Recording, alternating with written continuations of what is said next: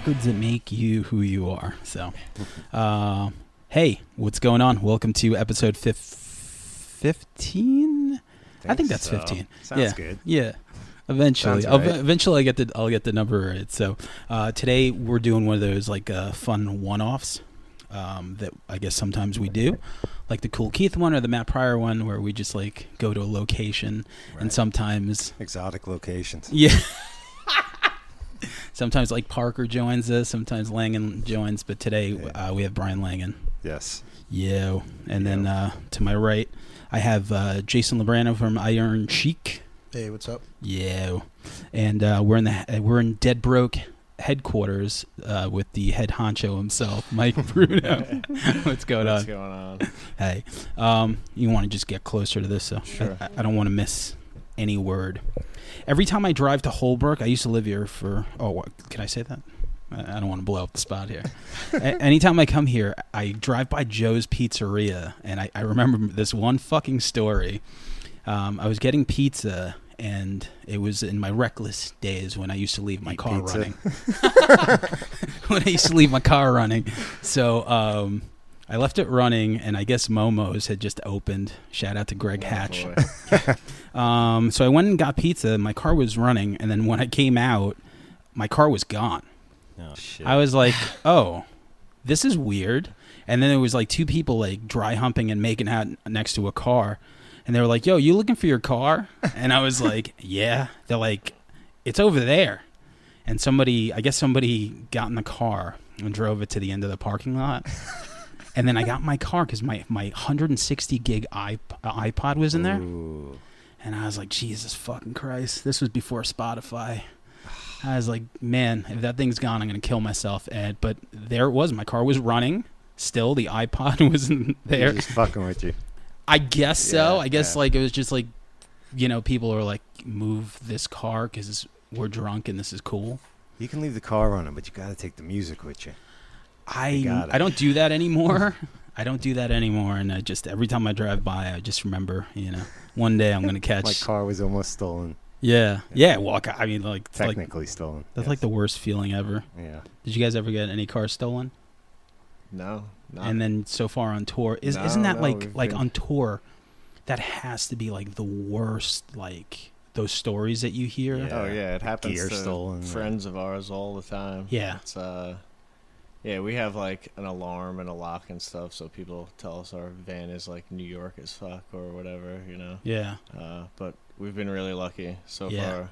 That is like, I can't, like I always see, like a GoFundMe, and I'm like, you know what? Yeah. That's a good GoFundMe. Yeah. I feel fucking terrible. Brutal. Yeah.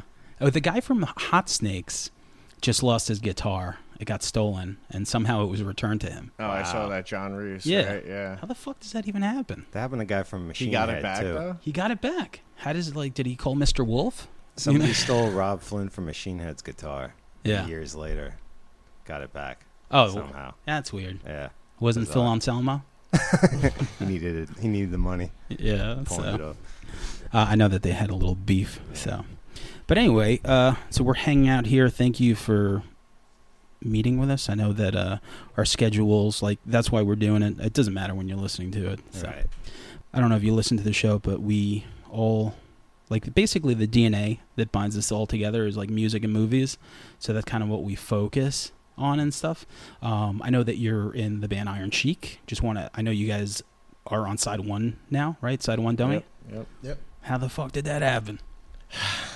Actually, our friend Jeff Rosenstock Oh. kind of helped out with that. Like, just after we did the last record, I thought maybe we'll look around for someone else. And What happened with Bridge 9 then?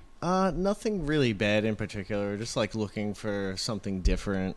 They were good to us, We did the one record with them, and it was cool. But Also, the guy that we dealt with there left like halfway through, so it was like, the guy who we had like a real relationship with and dealt with all the time, like, left, and then just kind of never like got a new guy. Did you get like an option to do another record, or was it just we kind did. of an option, We yeah. did have one, yeah.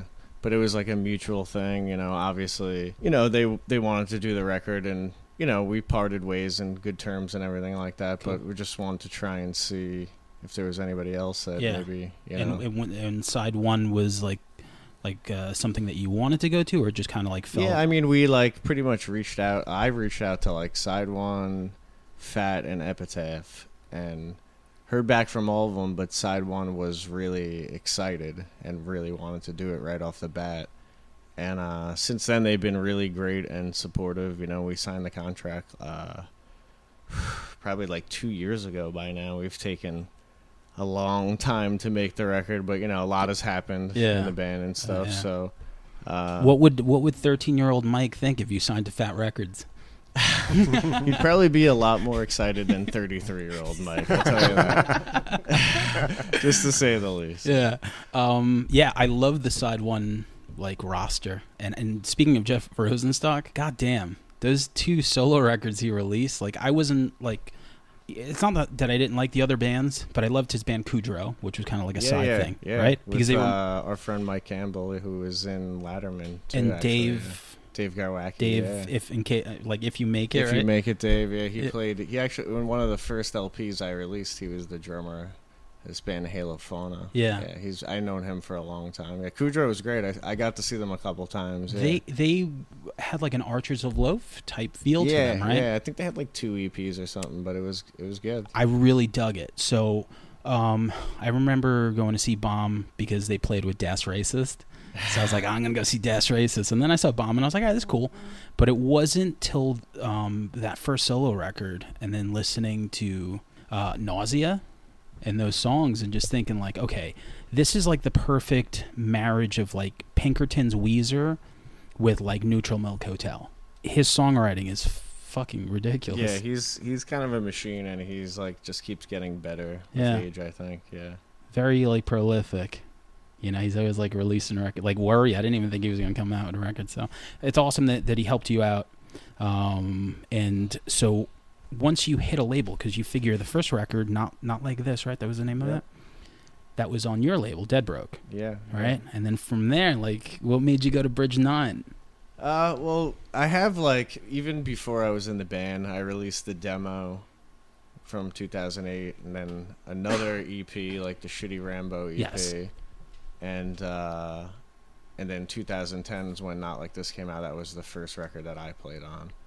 And, you know, we all pretty much wanted to do the record on Dead Brook. I know Rob and Phil in particular were like pushing to do it, but I was just trying to think of the best way to kind of further the band and get a little more serious with it, and like let's poke around and see if there's a label that, you know, would be interested in doing it, because I think, you know, it would be great for the label if I would have done the second record, but I had to, like, because I was in the band, kind of think outside that and be like, okay, well, what's best for the band? Yeah. right Yeah, if now? you weren't in the band, you definitely would have pushed us. I would have to do it. definitely pushed harder to get that record. Yeah. Rightfully so. Because the first record did pretty damn well from, I mean, I don't know numbers, but I mean, like, you guys did a whole bunch of pressings of it. Yeah, I've done 8, and there's like Look at you. internationally. Look at you. Nice. Internationally, there's like another 3 or 4. I think like with CDs and LPs and everything, it's like almost 10,000 copies at this point. That's fucking awesome. So it That's worked out so for me cool. too, you know, because like I was still, you know, I think when Not Like This came out was when Dead Broke like really started to get serious for me. Yeah. And, you know, to this day, that record has put out probably 70% of the records I release a year, you know, Yeah. the money from that. You just need that one big one, you know. Yeah.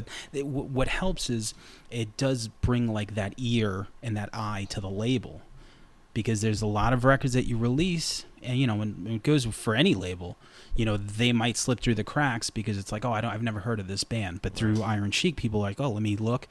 And we were talking about Spotify, you can make those playlists.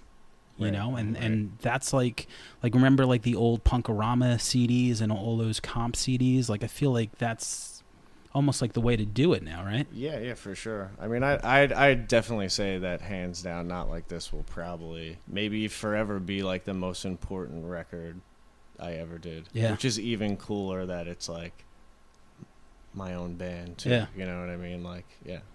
Yeah, definitely. And like you said, I forget that you joined later on. So then from there, like the constant one, right? I'm so terrible with with band. Yeah. So then you do that. I feel like that was also really well received, and I feel like Bridge 9 probably, got a lot of shine off that too. I feel like it definitely helped the band, and like as I was learning with the label too, I realized like not only was it good for the band to do a record on a bigger label, but it helped my label too because it helped the whole back catalog grow.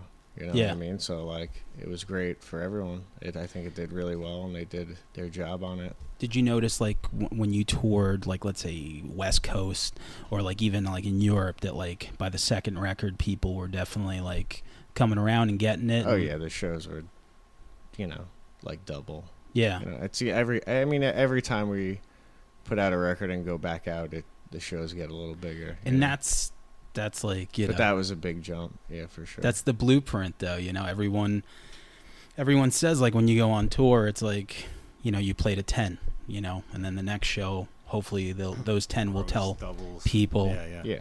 And then from there they tell, so. What kind of lengths of tours you guys do on the average? Usually it's like we were doing like album tours, like, the last record we did like 7 weeks or something. But at this point, it's probably like between 2 weeks to 4 weeks. Mm-hmm. We've been getting into like the 2-week stints to just tread a lot of ground and try and do more. But yeah, anywhere between 2 to 4 weeks. And you guys are like situated now, like where almost this is your main job.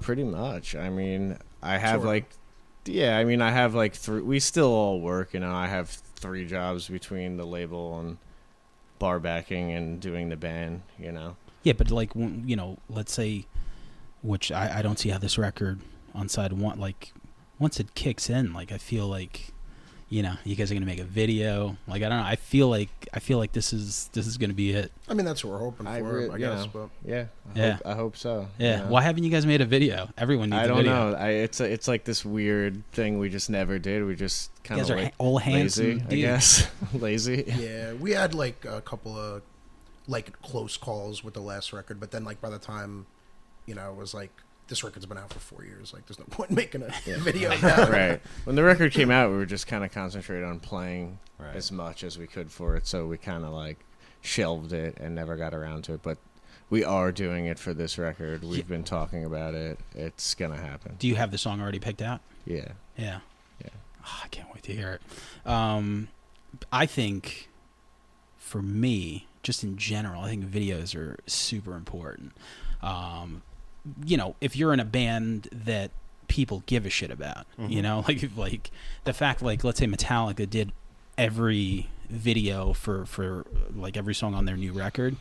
I think just visually it's cool, like you're sitting here, watching TV and you put video on for all those songs, and it's a nice just like a nice visual to push the record. Yeah, I complement the music. I think sometimes nowadays too, it's even more digested than someone listening to a whole album. Like I feel like if you have a really good video, you'll get even more hits on it than you will plays on your entire album. You know what I mean? It's like it's pretty important nowadays, and a lot of bands do it. But when you have a good video, it's there's also the added fact that if it's an interesting video, like people will watch. Like there's plenty of videos that I've watched where I don't care about the song or don't like the song because it's a cool video, and like just to see like the visuals or whatever. So you definitely get people that wouldn't even be close to interested in it. Like there's times where I watch a video and I'm like anytime I watch like a D Antwoord video, I'm thinking like, would I care about this if I was sitting in my car? If there was no visual, no. Yeah, no, I feel the same way about that.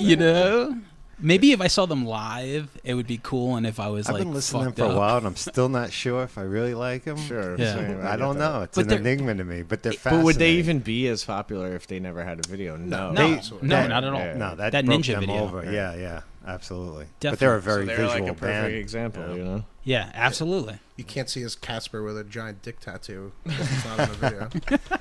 Plus, we talk about Spotify, but YouTube is essentially, a custom-made radio station for yourself. A lot of people just Oh yeah, a lot of people listen to their music on YouTube alone. And it's You know, free, sitting so at work and whatever. Yeah, it's yeah. like, when people, I guess maybe knock Spotify, I'm thinking like, well, YouTube is free. Yeah. Well, I've noticed even on like if I'm sharing something with a friend, they might not have Spotify. Yes. I'm like, yo, check out this, and everyone clicks the play on YouTube. I know mad and you people with spread no it. with no data plan, so that's even Yeah. worse. So like, nah, I can't. I gotta wait till I hit my Wi-Fi because Yeah. I'm yeah. over. They're still like kicking it like 1999 style. So I always said to myself, I'm like, man, because here we are, like my band, like non-existent, making lyric videos. I'm like, the ball's on us. Like, who even gives a shit, And my cousin makes them for us, so I'm like, yeah, whatever. And he's a fucking cop, which is even like the funniest. Yeah, he's an NYPD. Yo, shout out to him wherever he's in Harlem somewhere right now. So I feel like a band that has like a audience and following behind it. I think it's gonna be pretty big. So Are you writing like the concept to this video? Do you know what like angle you're taking, just live, or is it gonna have a? It's gonna be whole thing? it'll be like a story, like Okay. kind of like a dark comedy, I guess. We have an idea. I don't know. Yeah. Oh, that's awesome. It's not like there's nothing really set yet. What about Okay. did you guys like maybe fuck around with a director in mind or? No, we're like way before The any of label suggested someone, but like, yeah, we haven't picked anyone yet or Yeah. anything. We're not really sure. We've never done it, so we don't really have anything to base it off of. So I started fucking around because in my head, like for like the last 10 years, post MTV, there's so much good stuff on YouTube, and like I just started getting into it because I'm thinking like, I'll be 40 in like 6 months or some shit.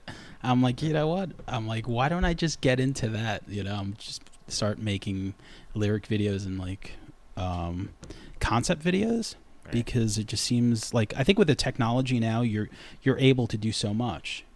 Before you would need like 10 different devices. Now you need one. Yes. Like you just have an iPad and you dice shit up and throw it up on there. So, and the record comes out. You said what? yeah, That's perfect. Yeah, is it? Are we even allowed to say the release date yet? Yeah, the only people that listen to this shit are our friends. It's all right. I mean, he it's already fine. told them everything. whatever. I don't think Carrie's going to say anything. So, are you allowed to say who's on the tour? I don't think so yet. Okay. No, but Okay. we're doing a tour with a really cool band Cool. before we go to Fest. I saw you doing also some Sam I Am cassettes for Dead Broke. Yeah. How'd that come about? Basically just this weird addiction I have that I can't just like love a band. I have to release them in some way. And I noticed that those records were kind of old and some of them came out around the time of the end of cassettes maybe. And they were just never really... When were the end of cassettes? You remember? It was a long, mid-90s. slow. Yeah, something like... I mean, it had to even be decline. the late 90s because I remember buying Dookie and shit on cassette, Yeah. and that was 94, so... It had the blue. Yeah, I Yeah, guess Tin. like the blue tape. I guess yeah. the turn of the millennium or whatever. They were still kicking around in the late 90s. Yeah, for definitely. sure. Yeah, yeah. I had some. The way I would determine it, it's like if I had $10 or $20. So it's like Yeah. I have $10 to spend. I'm like, all right, I guess I'll just buy a cassette instead. Right. So and that Yeah, was, I mean, that's just pretty much it. Like, I just noticed they were never on cassette, really loved those records, wanted to work with them in some way, and, who did you approach? I mean, me and Sergi talked about it. I mean, you know. I know, but I'm Yeah, just saying. Yeah, from For the from airwaves. Sam I Am, yeah. We became friends after doing a couple shows together, and they were just stoked to do it, and I had to ask Hopeless and stuff, and everybody was really cool about it. So, I mean, yeah, it's And cool. you just email Hopeless, and they're like, yeah, whatever. Yeah, I mean, I had to They're like, wait, they're on our label? I had to license it a little bit, but they were really good to me. So. Cool. Yeah, I remember seeing, as a huge Sam I Am fan, seeing Sam I Am at St. Vitus, like maybe in 2010, or whenever Hurricane Sandy hit.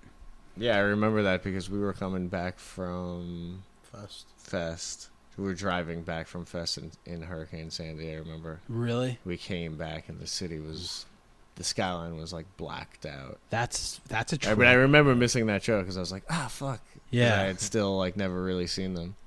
Well, I saw them there, and I remember being outside. Well, funny enough, they were having a hard time getting there because I guess there was no gas anywhere.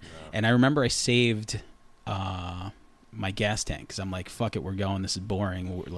We have no electricity. Everyone, we're just like hanging out doing nothing. So I drove me and like 3 or 4 other people, and we get to St. Vitus, and there's maybe 30 people there that made it there. So whoever else saved their gas like a big fanboy.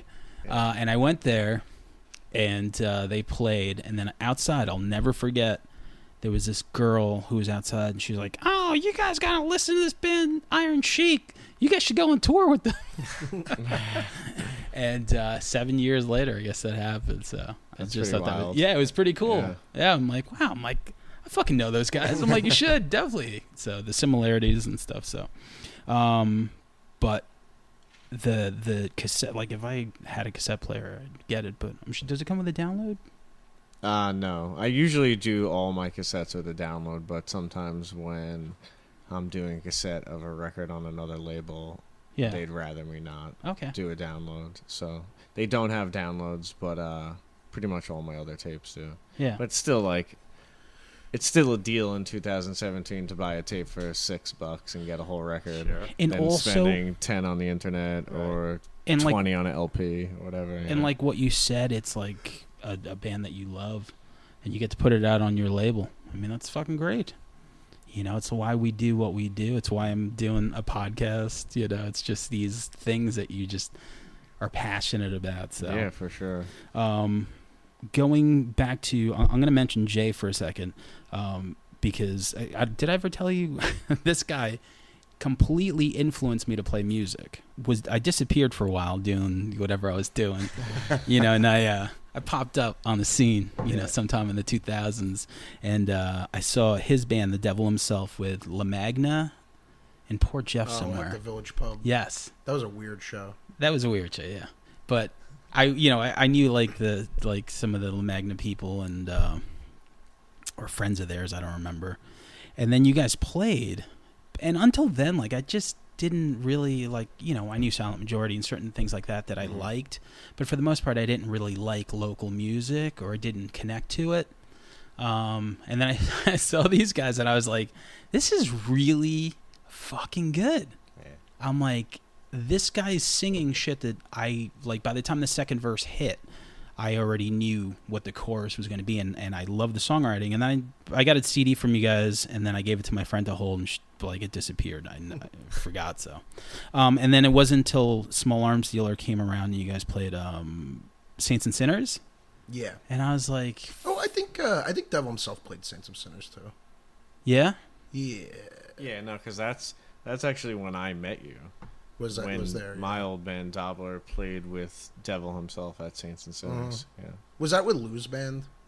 Yes, With Every Idle Hour. It was with Every Idle Hour, exactly. Yeah. And then I got the Hot Knives EP, and until then, you hear these demos from people, and it wasn't nothing really ever connected with me, and this record did. It was 4 or 5 songs. I love that Alamo song.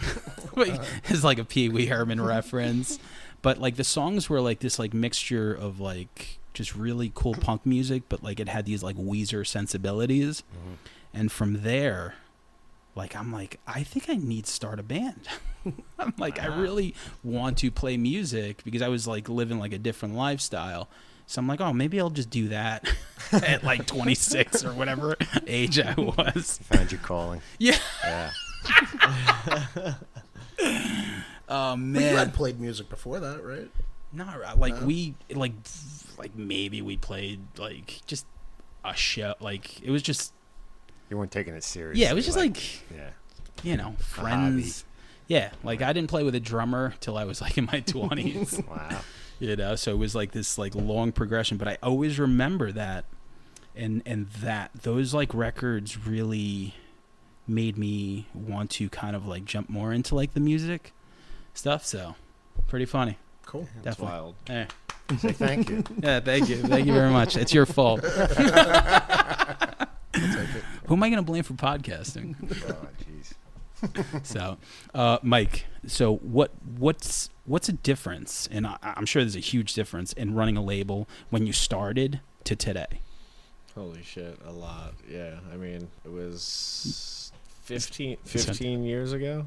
So Yeah. 2002, and How let's just go there. Like, how did you start the label? What made you want to start the label? I just released like my old band Dobbler, our demo, because we just wanted to put out a demo, and I just put Dead Broke Records on there. It was like an idea I had for a while, and it was like kind of a fake label where I would just like make things in paint shop and do things for years before it actually came to life, and I just slapped it on the demo, and then. But that's what you want to do. Like in a fantasy world, maybe like when you first started, you're like, all right, I want to start this label. I want to have. Even really, I just kind of started it out of Necessity? Necessity, yeah. Yeah. And then once I released the demo, I just kind of started releasing my other band stuff, like, and my friends' bands, just CDRs and home dupe tapes and stuff like that. So and then, aside from your first band, what was like the first release that you did, like for your friends, like let's say?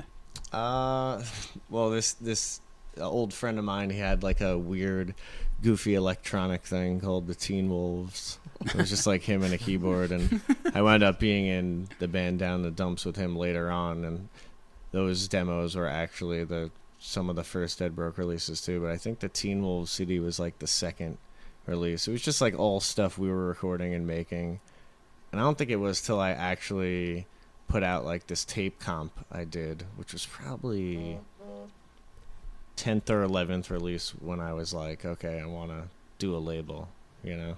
How do you go about doing that? Like, let's say you like, Jay's band, the Wolverines or whatever the fuck. Sure. Like, how do you approach him? Like, do you send him an email? Do you talk to him? You're like, Yeah, hey, I man, mean, really- most of it's always been, internet-based, email-based. I mean, I do a lot of stuff with my friends too, a lot of verbal stuff. A lot of times I go on tour and get too drunk and wind up promising some records too. It happens any which way, but you guys I usually just ask a band, I like your band, let's do a record or tape or whatever it is, and I give them some Have copies. you ever and- offered something and people came back and you're like, why the fuck did I offer them a deal? Sure, of course. Plenty of times. Plenty of Have you ever times. stopped doing that? Is the question. well, I mean, out of like, I think we're up to like 175 releases now. Wow. I'd say there's probably only 3 or 4 that really made me regret asking them, which is really? pretty good out of That that is- many. You know that's what I pretty mean? damn batting good. average. Yeah. yeah, Yeah. that's not bad. So, all right. So then from there, like, when did you start doing like the imprint? Let's say, do you remember? For your dog Iggy, right? Iggy is like the Yeah, well, Lubrano Shout- actually shout- drew that. He drew that logo, and Gordon had our drummer in Chic had drew the original logo. It was like a shadow of a girl pulling her pockets out. I used that for a while, and then he drew the Iggy logo for me. I don't even know when that with was. the $sign eyes. Yeah. Or Chic. It's probably for the shitty Rambo, something like that. It appeared on that. It was probably it's got to I be. think I did it for you specifically I love the imprint. because you And- wanted a logo. Like, I don't think it was for a Chic record. I think it was. No, for, yeah, I've been using that logo for probably like 10 years now, something like that. I might have still been small arms though. Yeah. How awesome is it to have 2 artists in the band to like make shit like Gordon and Jason? It's great. I mean, it's not anything we ever have to really think about. Yeah. You know what I mean? It's cool. Yeah, definitely. And I know that you do stuff on the side, right? Like, Mhm. what's the name of the business? The Righteous Indignation layout and illustration. And what do you do? Whatever, like mostly like T-shirts and record layouts and stuff like that. But I've done tattoos. I've done not like actually tattoos. But you like design print it them. up, yeah. I saw you did the worship this stuff too, right? Yeah, I've done a bunch of bands all over the place. And I guess being in a band, touring and meeting bands, like everyone probably knows your work because it's pretty. Like when you see a piece, it's yours. Yeah, so, I mean, I think I had obviously like the exposure from Iron Chic helps too, like being able to do all that stuff and Were you always good with the art? I guess, you know, I always liked it. I stopped, like, there was a long periods of time where I, like, wouldn't really do anything. You ever do a hand turkey? Yeah.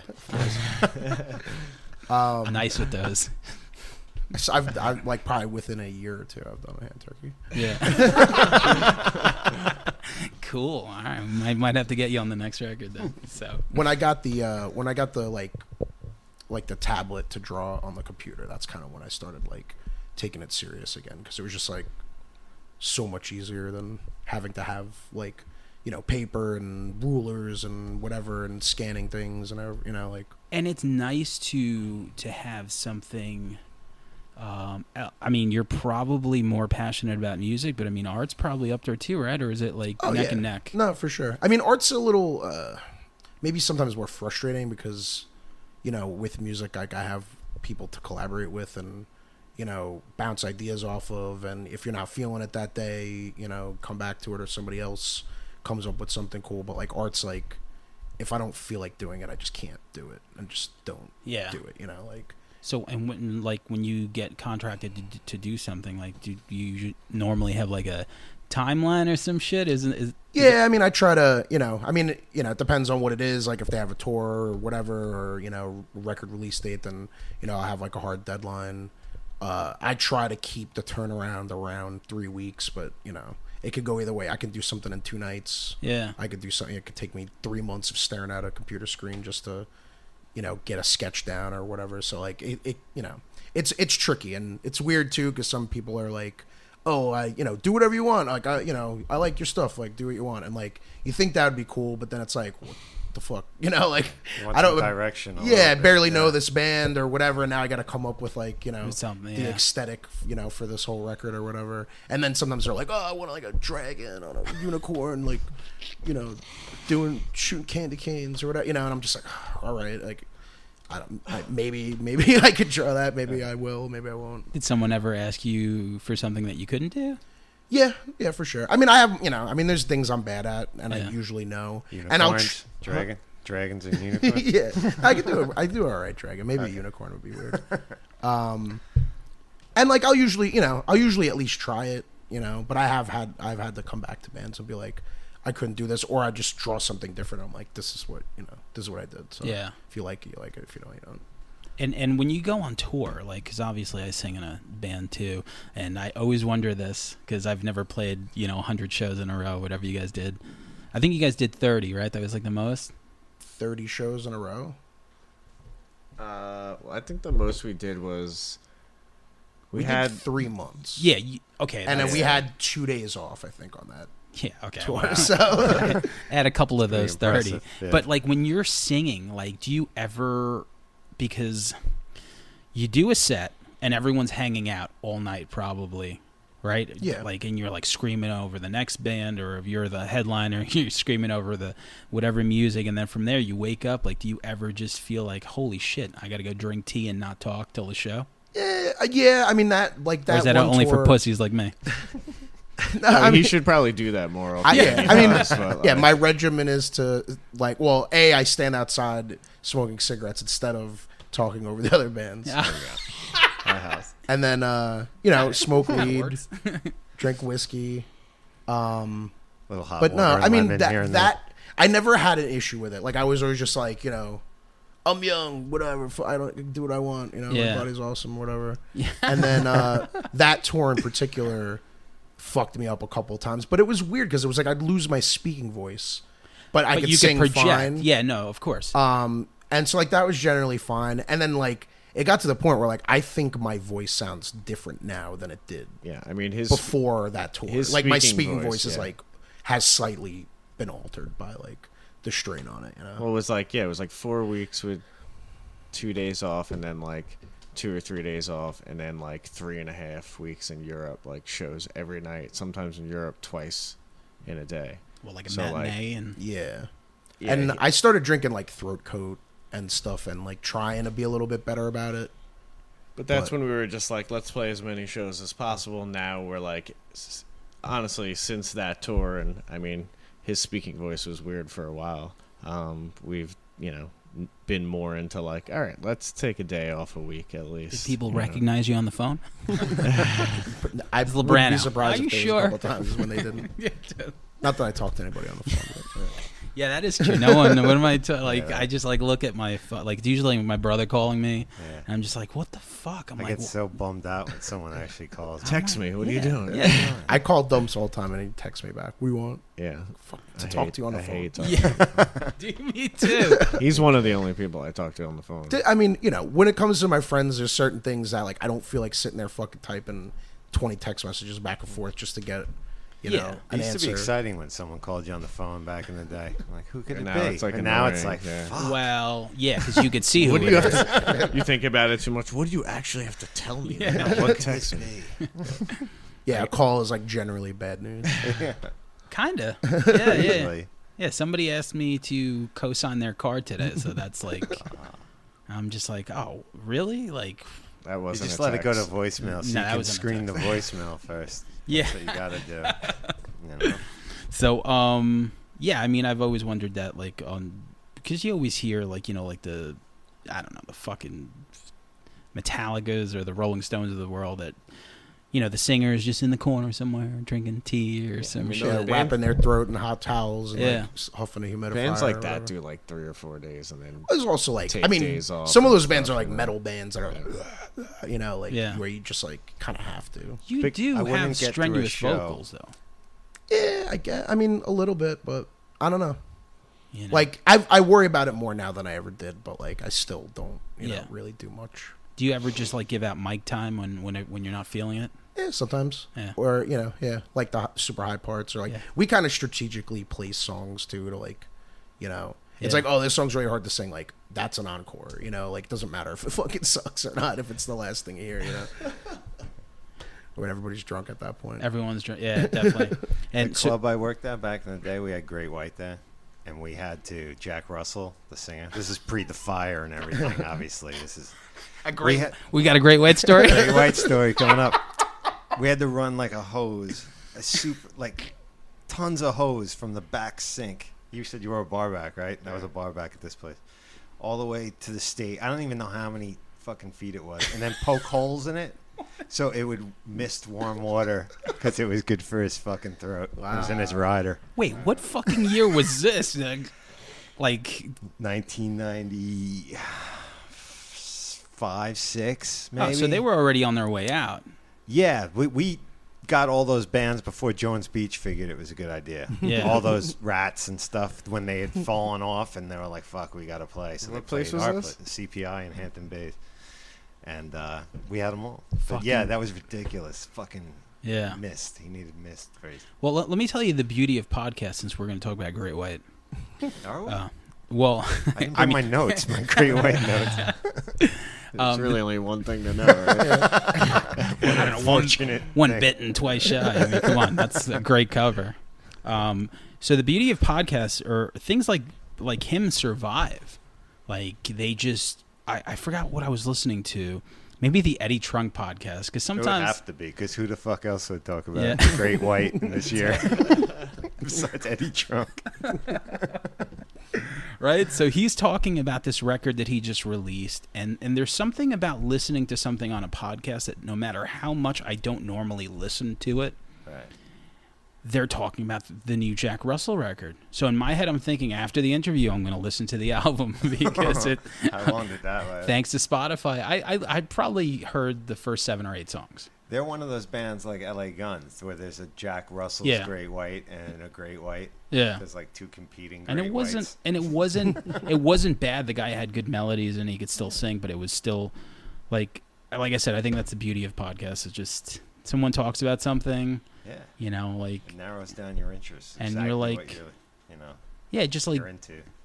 like it will bring up like any movie that I haven't seen in forever, and it just like plants that egg, and it's like, oh, I want to see Night of the Creeps. I haven't seen I was Night of the just Creeps in thinking, every forever. now and then I look up and see Tom Atkins looking at me. Shout out to Rusty. So, but what's the difference?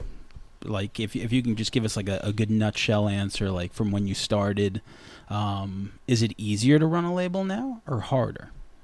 Oh, it's much harder. Yeah. Yeah. I mean, I operate at a very high volume, probably higher than I should, like probably like 20 to 30 releases a year. So Really? I'm kind of crazy. Yeah. A lot of my friends who do labels of similar sizes do half that. Are you a team If of that- one though? It's just you, right? I mean, no.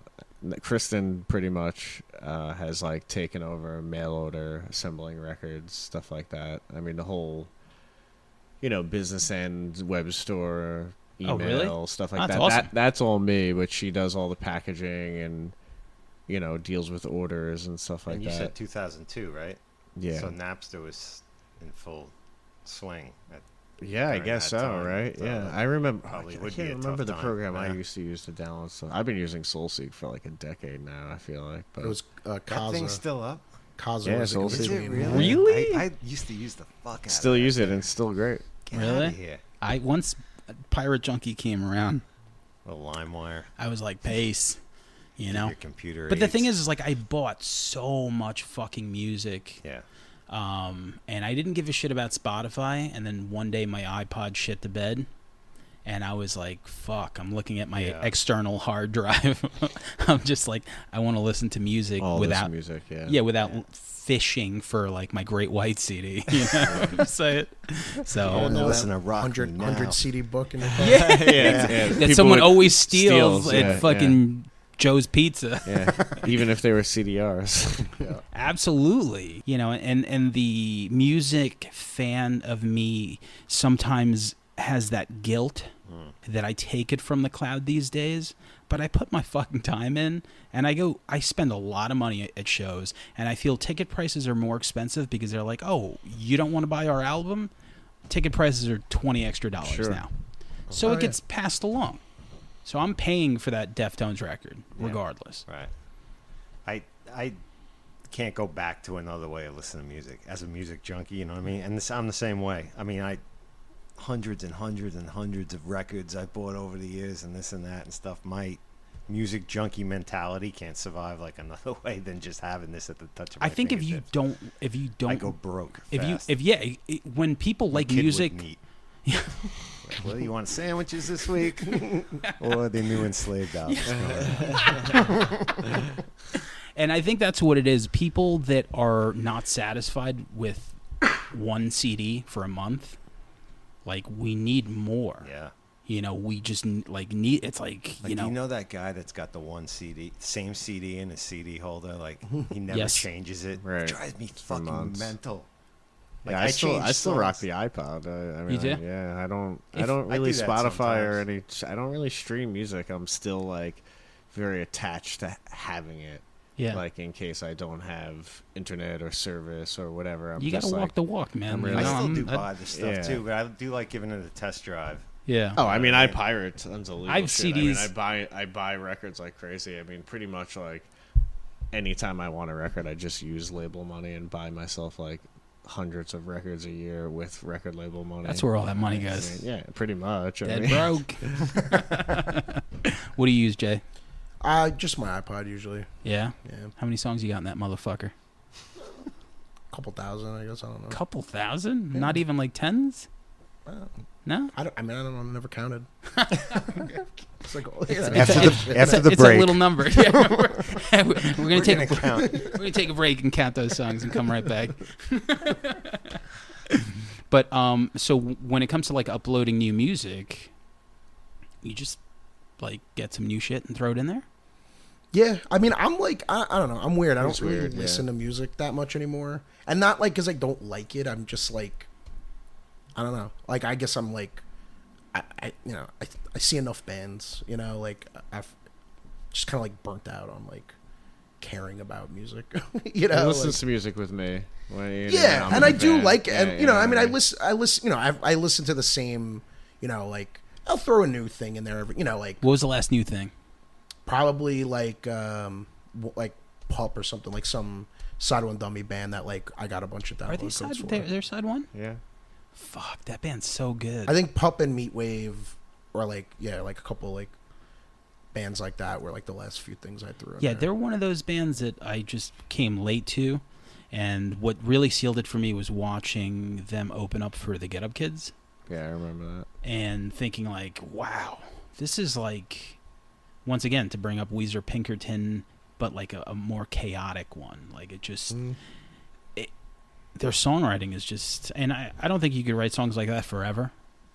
You know, I think like eventually everyone just makes like, you know, a Bruce Springsteen record. I mean, Rivers Cuomo couldn't even keep making Weezer songs forever. So. Nah, he stopped it too. He was like, that's it, I'm good. He checked out. Fucking last song is so bad. So I guess, like you said, just to go back to that, because I know that we keep getting sidetracked. So it's harder to run it now. Is it harder to make money off of it now? Like, or sustain no, I it think maybe? It's harder now because I have to think about making enough money to put out the next record. I tend to start projects before I have the money for them, and then just kind of hustle and put it together and pay it off, you know.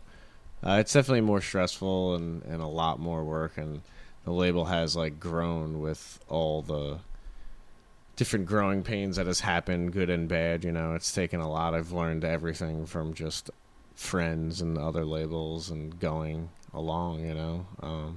But what fuels it? Passion, right? Just pretty love much, of it. yeah. I mean, it's a love-hate thing, you know. It's crazy the amount of money I spend doing it, but you know, I haven't used my own money for it in years. It's completely self-sufficient. You know, and when it comes to spending money, like for me personally, like as long as I have something to show for, you know, like buying this iPad, like. It works fantastic for what I'm doing, and it brings me joy every time I listen back to the product. Yeah. So I'm okay with it, you know. Like I'm okay with that passion. The love-hate thing is more. It's like, oh yeah, like make this record that I love and put it out for a band, and I hold it, and it's awesome, and I put it together, and then like when I sell them all, it's great, and I love it, and it's like, but when I have like hundreds in my bedroom for like 8 years, then it sometimes gets a little depressing when I look into the room and go, wow, I'm gonna be buried with some of this shit. You know what I mean? Because that's just the real. Is that the, you know, to be buried with a box of CDs? That's pretty goddamn cool. Yeah, no, it's not. It's one box. It's a couple hundred. Not like 20,000. You know. Here lies Mike. Records take up a lot more space than CDs. Episode of orders. Yeah. All right, so I know I asked you to. I like talking to people about influences. So I'm just curious, like, can you pick 10 records that make Mike Bruno? I think so, yeah. I've been working on a list here on the spot, so I might leave out one or two. I think I may put too many here, but never too many. Well, definitely off the bat, Green Day Dookie. Yeah. That's the gateway drug. Yeah, it was. I wouldn't be doing anything I'm doing or really built my life the way I've built it if I never heard that record. And you guys do a great cover of She. Yeah, it's probably the best song on the record, I think. One of them, yeah. I mean, the opening track. That's debatable, but the opening track is fucking Burnout. great. Yeah, it's probably one of my favorite Green Day songs. You know, when they were on Stern, because I like them, and I stopped liking them after that record. They were on Stern, and they started playing Burnout. And I was like, oh, man. I'm like, I miss this band. I'm like, it's pretty goddamn good. And then by the time they got to the other songs, I was like, I forgot why. And I remember why I don't like them anymore. But Burnout is such a goddamn great song. I mean, I think the moment I saw the Longview video, like, changed my life forever. That bass for the line. better or worse. Yeah. You know what I mean? I don't think a video will ever affect me like that. I just... Yeah, I mean, that baseline. That's probably the most important record in my life. Awesome. Yeah. Very cool. And then, of course, hand in hand with that is Nirvana, Nevermind, of course. Same for me. Yeah. I was top 13. 2 most influential records. First thing I ever learned how to play on a guitar, you know. Everyone also, learned. yeah, the gateway drug, I guess. Yeah. Absolutely. Definitely. What was your favorite song off of Nevermind? It's so hard. Lounge Act. Come on. Lounge you know. Act is a good one. Lounge Act is a good one. I like the second half better. It's I great. like I Stay mean, Away. I hear a lot of people saying that they like in utero better too. Like nowadays, as I get older, I hear a lot of people say that, and I think I that's hear that crazy. too. I can't. Those agree people are with it. wrong. They're As Paul Garatano would say. Yeah, people are wrong. Do you need to borrow in utero? They're Yeah, just picking right. that. They're just picking that to not go with the Nevermind pick What- that everyone would pick. Like, Yeah. no, in Sure, utero. sure. One day, Bleach is better. One day I was telling Paul Garatano, who is a mutual friend of ours, like, I really love Neutral Milk Hotel. I love this record. And he's like, nah. He's like, I don't believe that. He's like, no one likes this band. He's like, he's like, I think, That's a Paulie thing. yeah. He's like, people just say they like it, but when they go home, they don't like them. I'm just like, it was just so funny the way he said it because it's so him. And I'm like, because I wanted to cover 1945. Right. And then he was like, nah. It's like, no one likes this. That's funny. He was having a conversation with Beaker about what was the best Guns N' Roses album, and he's like, "It's Appetite, obviously." And then Beaker's like, "I don't know, man. I think it's Use Your Illusion 1." And then and Paul just goes, "Do you need to borrow Appetite?" One day, also to bring back those covers, I remember we played barbecues, and we played an Alkaline Trio song called Old School Reasons, and Jason here next to me was like, awesome, now play an Alkaline Trio song everyone knows. I was like, fuck, I thought we did it so good though. But it made sense. I'm like, why did we pick that B-side? And Paulie's Suzanne Vega song or whatever that. Oh my God, I forgot about that. Well, Wendy made him do that Oh, one, yeah. so. Which one? Luca? No, it no, was like it's not. No one's ever. Not the good one. God, no one Steiner? has ever heard of it. not the good one.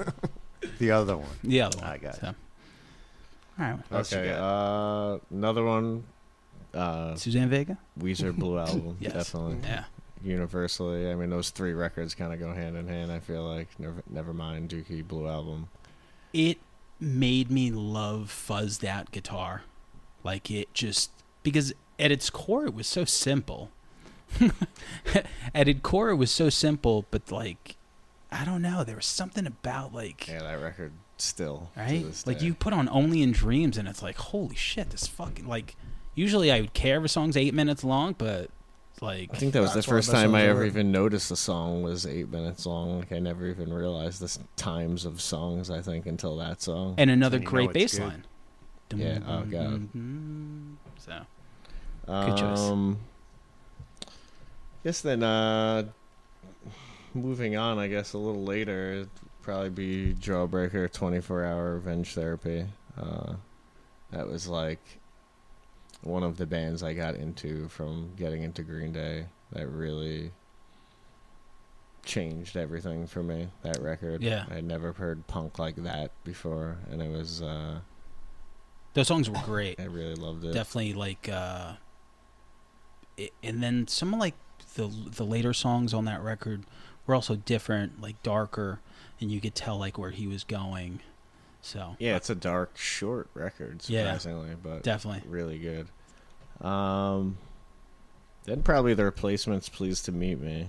I mean, Nice. that was the record that got me into them. I might have liked some of their other records more later on as I got into them, but that record definitely changed everything to me, where I was like, I want to be in a band that sounds like this. And Yeah. that was like a gateway into a lot of stuff for me. Westerberg's one of my favorite songwriters. Yeah, of I all think time. he's probably my favorite He's songwriter of all brilliant. time. He's- Him, Bob Mould, certain guys like that. They just Bob Mould definitely. You know what I mean? But those songs, like when I got into the Replacements, they just opened like another door up to be like, oh, you can play like this and it's still like catchy and cool, and like almost like you take away like some of the velocity of it, and like what's left are these songs that are just fucking really, you know.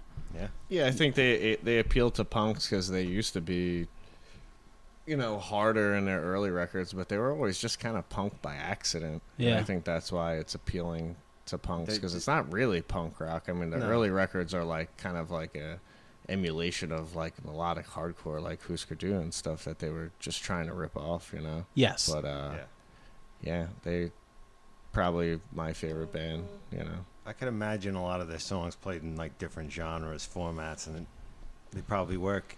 They're just you Great know what I mean? lyricists, too. Exactly. Yeah. So. All right then. Then Rancid and Now Come the Wolves, also another gateway punk record for me. Wound up holding up just as good years later. I mean, there was a gap where I got into punk and, thought Rancid wasn't good anymore. And, but that record is just unstoppable. I don't think anybody could write an 18-song record. 19, I think, actually. Fucking crazy. Yeah, right? Like, they wrote 19 great songs. And they did it on, like, every record. Like, nobody makes records that long. Like, it's crazy. Even their new record is that long. Yeah, well. Yeah. But they were one of those bands that I felt like never made a bad record. And then when Life Won't Wait came out, I hated it because it wasn't an Out Come the Wolves. See, I liked it. It was different. I liked it after the fact. Yeah. Once I listened to it nonstop, because it was like around the time that we had cassettes, and it had like the cigarette box cassette.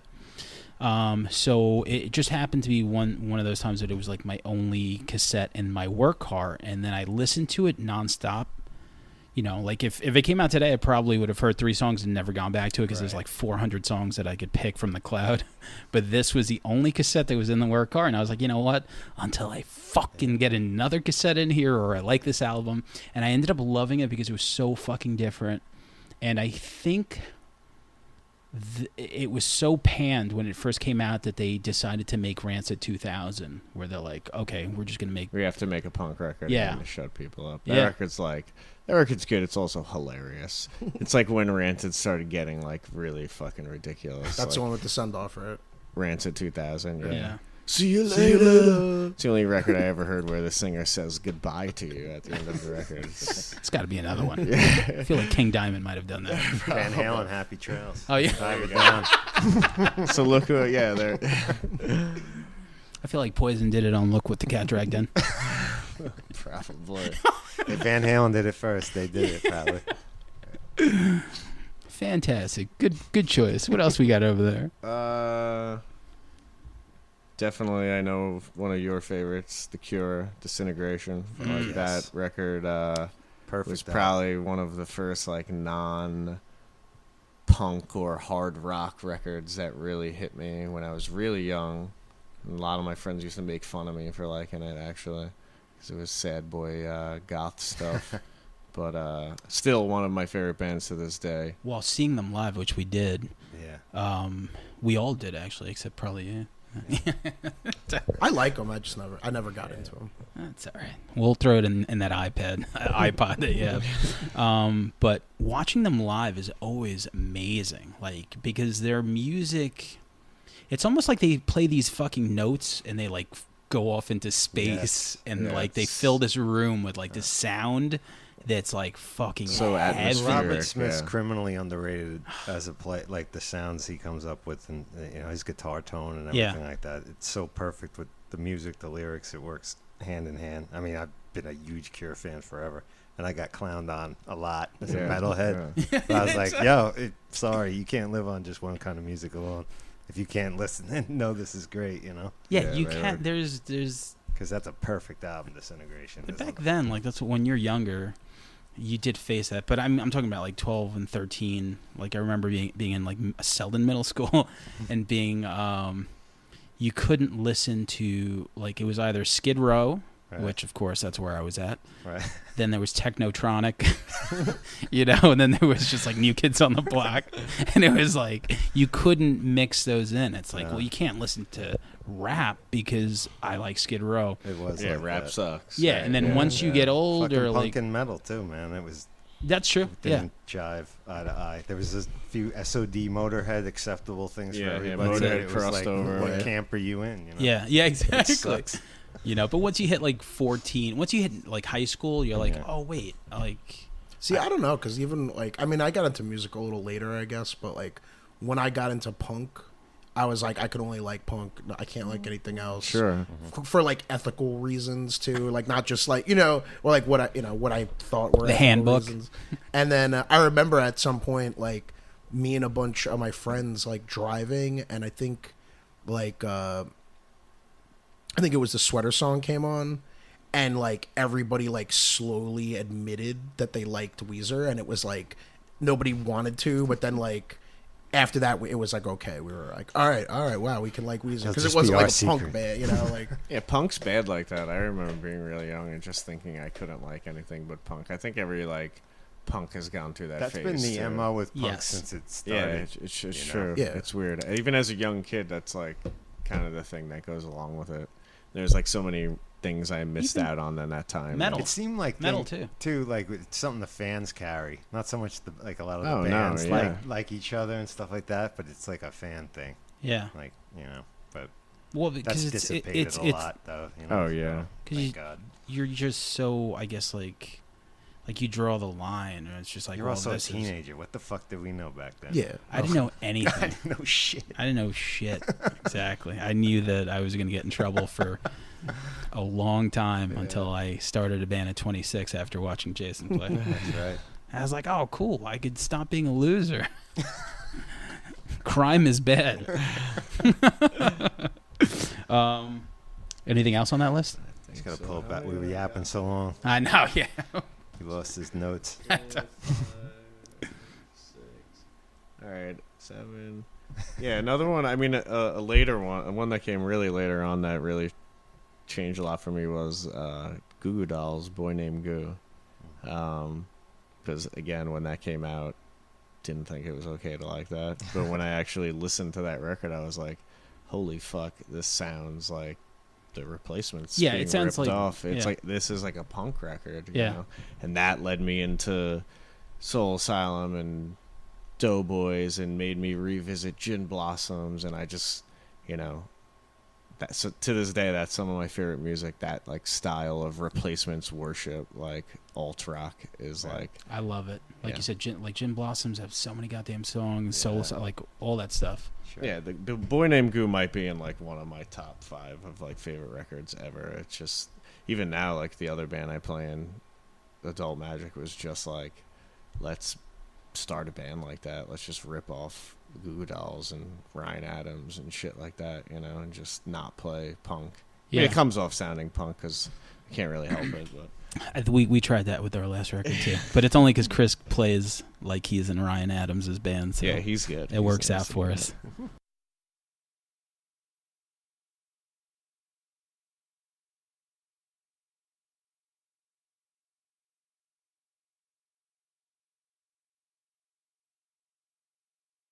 Anything else? What are we up to? Like number 8 on there? Yeah, I think so. Yeah, I got 2 more. Yeah, give me 2 more. 2 more Okay, well, records like I that was- make Mike Bruno. I was saying on the break how my mid-late 20s got really into classic rock, and Thin Lizzy Jailbreak Yeah. was another huge record for me that have now become one of my favorite bands. Just incredible. They're Probably one of the best rock bands of all time. of all time. Yeah, they're one of those bands that I need to jump into their catalog more. I know, like my bass player Dave loves them. I'm gonna make you a yeah. sick Thin Lizzy playlist. I got to check that That's out. the cream of they have like 15 fucking albums or something. It's crazy. Exactly. Like, It's a little daunting. You don't know where to jump in and well, stuff. it's all good. But why were you fighting the classic rock for so long? It's not even that I always kind of liked some of it. I like grew up, like I stole my uncle's record collection from my grandfather's house when I was really young, and I had like there was like Maiden and Neil Young and Joan Jett and stuff, and I The had good it, stuff. had it for a while and didn't listen to it till like later on. But I don't know, it just kind of hit me once I got older. I always liked. I liked Led Zeppelin and stuff like that when I was young. But Do you feel like there was like a line drawn though, like for like punk rock kids? Because I know I did that too, where it's like, well, this isn't Fugazi, so fuck Led Zeppelin. I think it was just when I was young, I was so involved and into everything that was currently happening. And it wasn't until years later that I actually started to dig into music past. Even now I'm still finding, 90s pop punk or, 80s, There's so punk much stuff. records, Yeah. just one-off shit. I just love going back to old music and just checking it out now. It's just... What do you think about Zombie Zoo? I love. Did you see what I was writing on Facebook about? I think it's the only bad Tom Petty song. Because he just saw Tom Petty. Oh yeah. How was the show? Oh God. Amazing, right? that was like bucket list for me. One of the last. Yeah. I saw Neil Young and Crazy Horse. I saw Fleetwood Mac, and Petty was like one of the ones I've been wanting to see for so long, and I finally just sucked it up. And it was the 40th anniversary of the Heartbreakers tour, and it Spent was like just $800 on a ticket or something. fucking incredible. I don't want to talk about it. I was on the floor, so Oh shit! Wow. It was amazing. Buy some records. It was an Gonna experience. change That's that for sure. dead broke. Yeah, replenish. Credit cards, baby. That's how I buy all my. That's how I buy all my concert tickets these days. What I love about Tom Petty is I get older, I love his songwriting, because as I was younger, I would listen to stuff like the Get Up Kids or all these songs that had like 30 different parts. And then one day you listen to Free Fallin' and you're like, ah, shit. I'd say he's probably the greatest living American rock and roller. Besides Bono. I don't know about that, but yeah. Oh, wait, he's not American. You're right. Petty is a genius. I don't think he's any of those three things. But why do you hate the Beatles, Brandon? I don't hate the Beatles. I just don't care about them. Is there anything you'd like to say to their fans right now?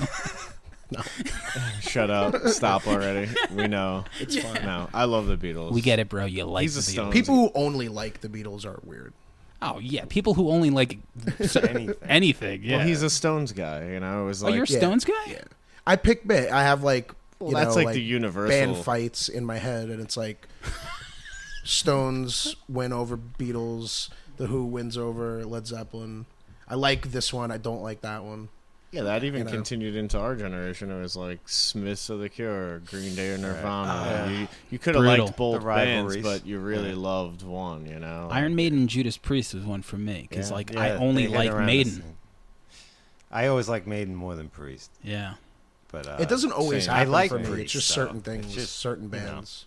You know, like, and those are the ones. Those are the ones that won. All right, we're gonna get to your list in a minute. I want to hear the last one on Mike's list. Make This number is 10 hard. good. Drum roll, please. I'm probably forgetting something, but It's all right. They're not I'm listening. gonna go back to a punk record because I can't think of many rock records.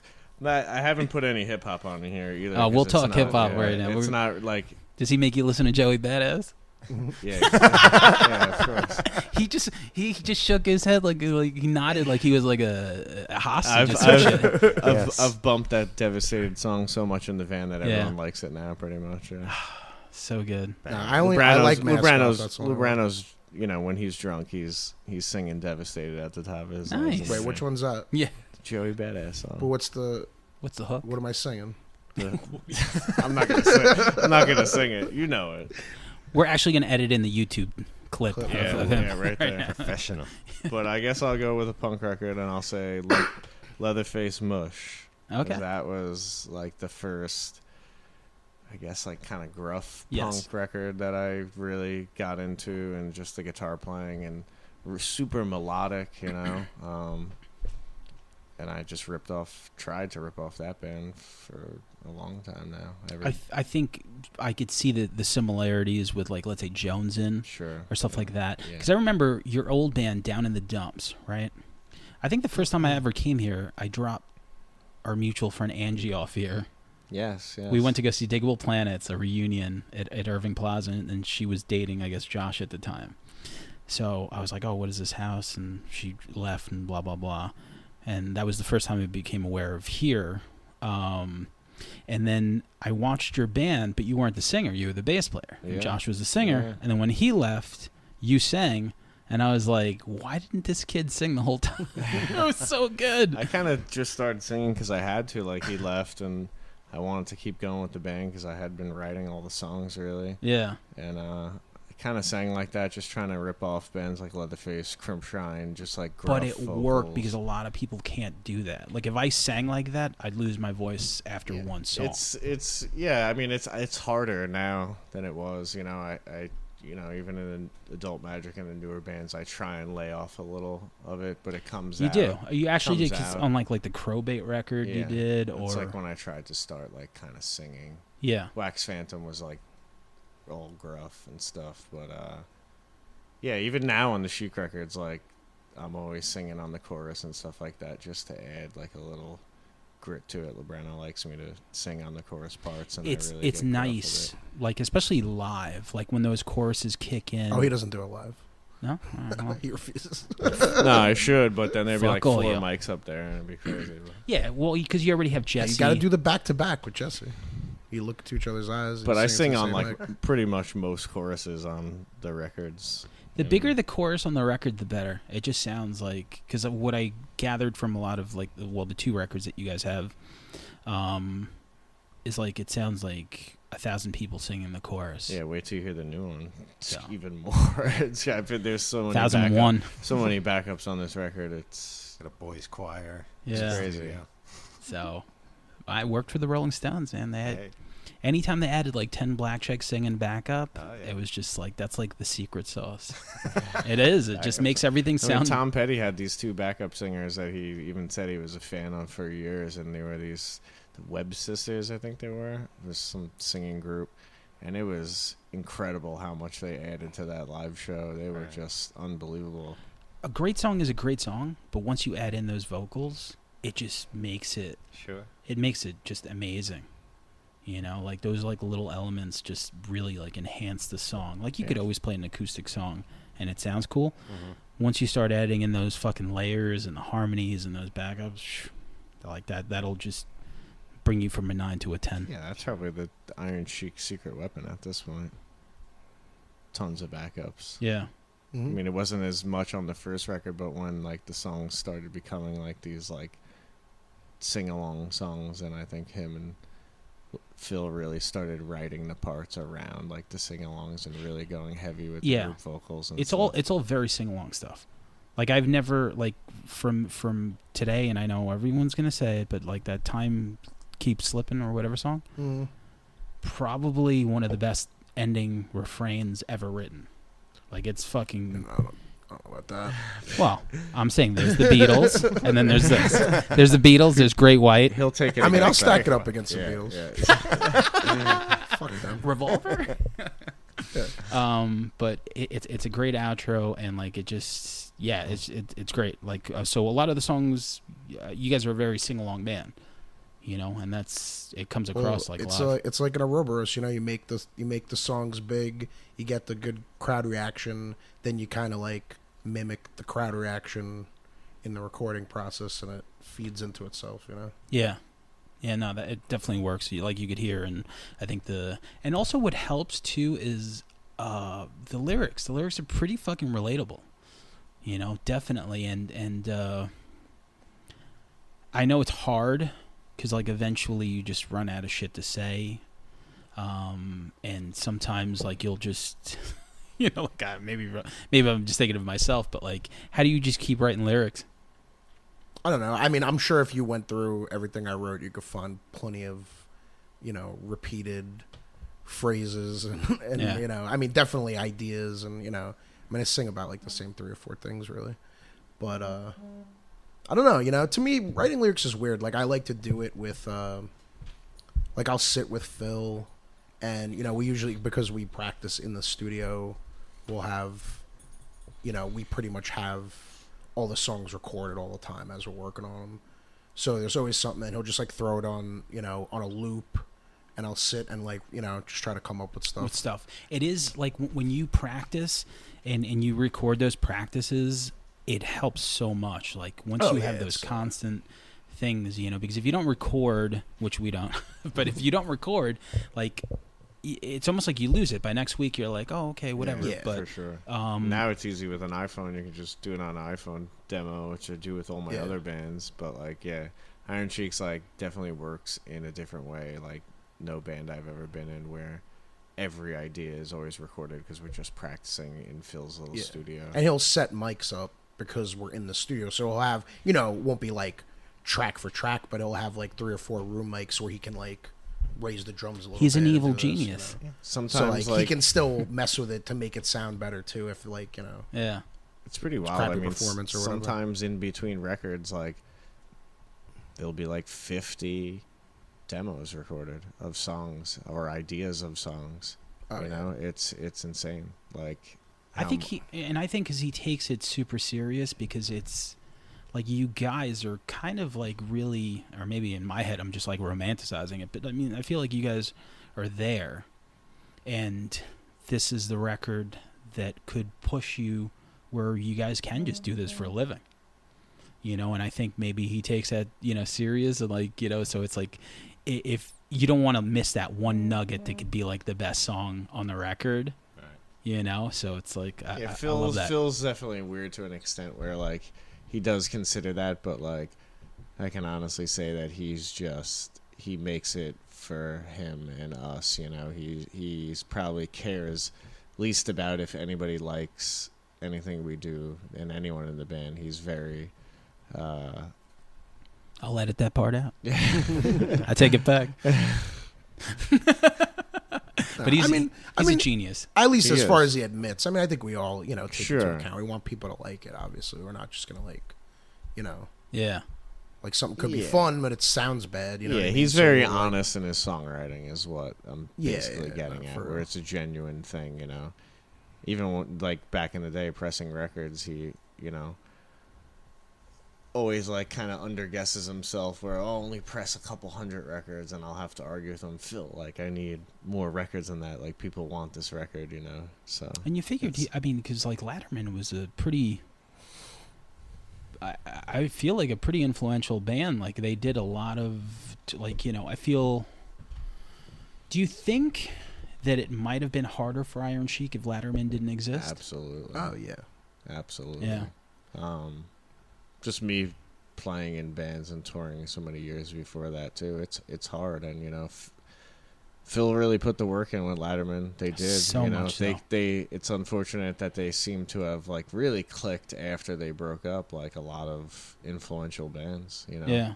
A lot of bands were like that. Well, that's you know? part of why it worked for us, too, because Right. they, like, They got left people wanting, and then, you know, us and Reviver or whatever, and Bridge and Tunnel or whatever, all popped out, so people were, like, at least willing to To listen. give it a shot. It was definitely a big shoe in the door, and Definitely. have to But- credit some of the success of the band to that. But also, like, if you guys sucked, no one would have, like, people would have stopped Sure. caring. Yeah. So it just so the happened. music speaks for itself Yeah. ultimately, you know. And but, it's like easy, like for me, like I'm such a big Small Arms Dealer fan, but I think that's more of like a musical fan. It's like almost like your favorite band's favorite band.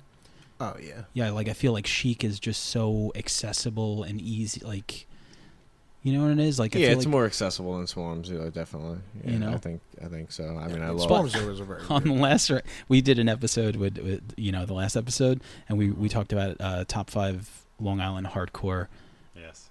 albums, and I put his at number 1, which is Small Arms Dealer. I mean, I don't listen to hardcore, so I was like, obviously.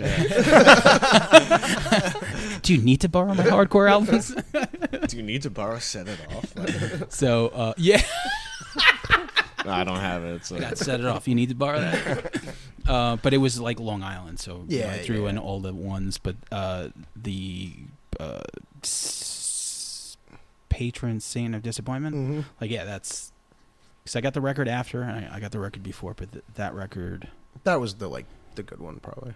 yeah, I mean, yeah, that band's pretty important to the formation of Iron Chic. Absolutely, you know, like that's how Oh, yeah. me and Lubrano became friends. I was always, you know, I was a big fan of his bands growing Yeah, up. and Phil- Explosivo, Phil playing drums for us at the end. At the end, yeah. yeah, Phil recording and playing Smart, drums with Phil, Small smart. Arms, and that ended, and Iron Chic came And to be. and it also, like, fell apart in a way where I was like, yo, I need to be in a band that, like, is a full-time band. So, and like, you get because you guys weren't let's get touring. serious.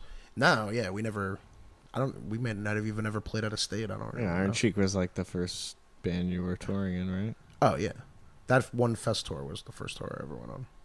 I just want to ask you, what are some of the records that influenced you, Jay? Anything off the top? Yeah, I mean, I definitely have a lot of crossover with Dumps on there, but I'd say as far as, like, punk goes, like, Dillinger 4, Midwestern Songs was, like, a revelation of an album to me where it was, like, everything I liked about, you know, punk and heavy music and everything all, you know, it was heavy and it was melodic and it was, like, interesting, you know, and it was, like, super punk all at the same time. And I liked that record so much that I would get this weird compulsion to buy it every single time I saw it.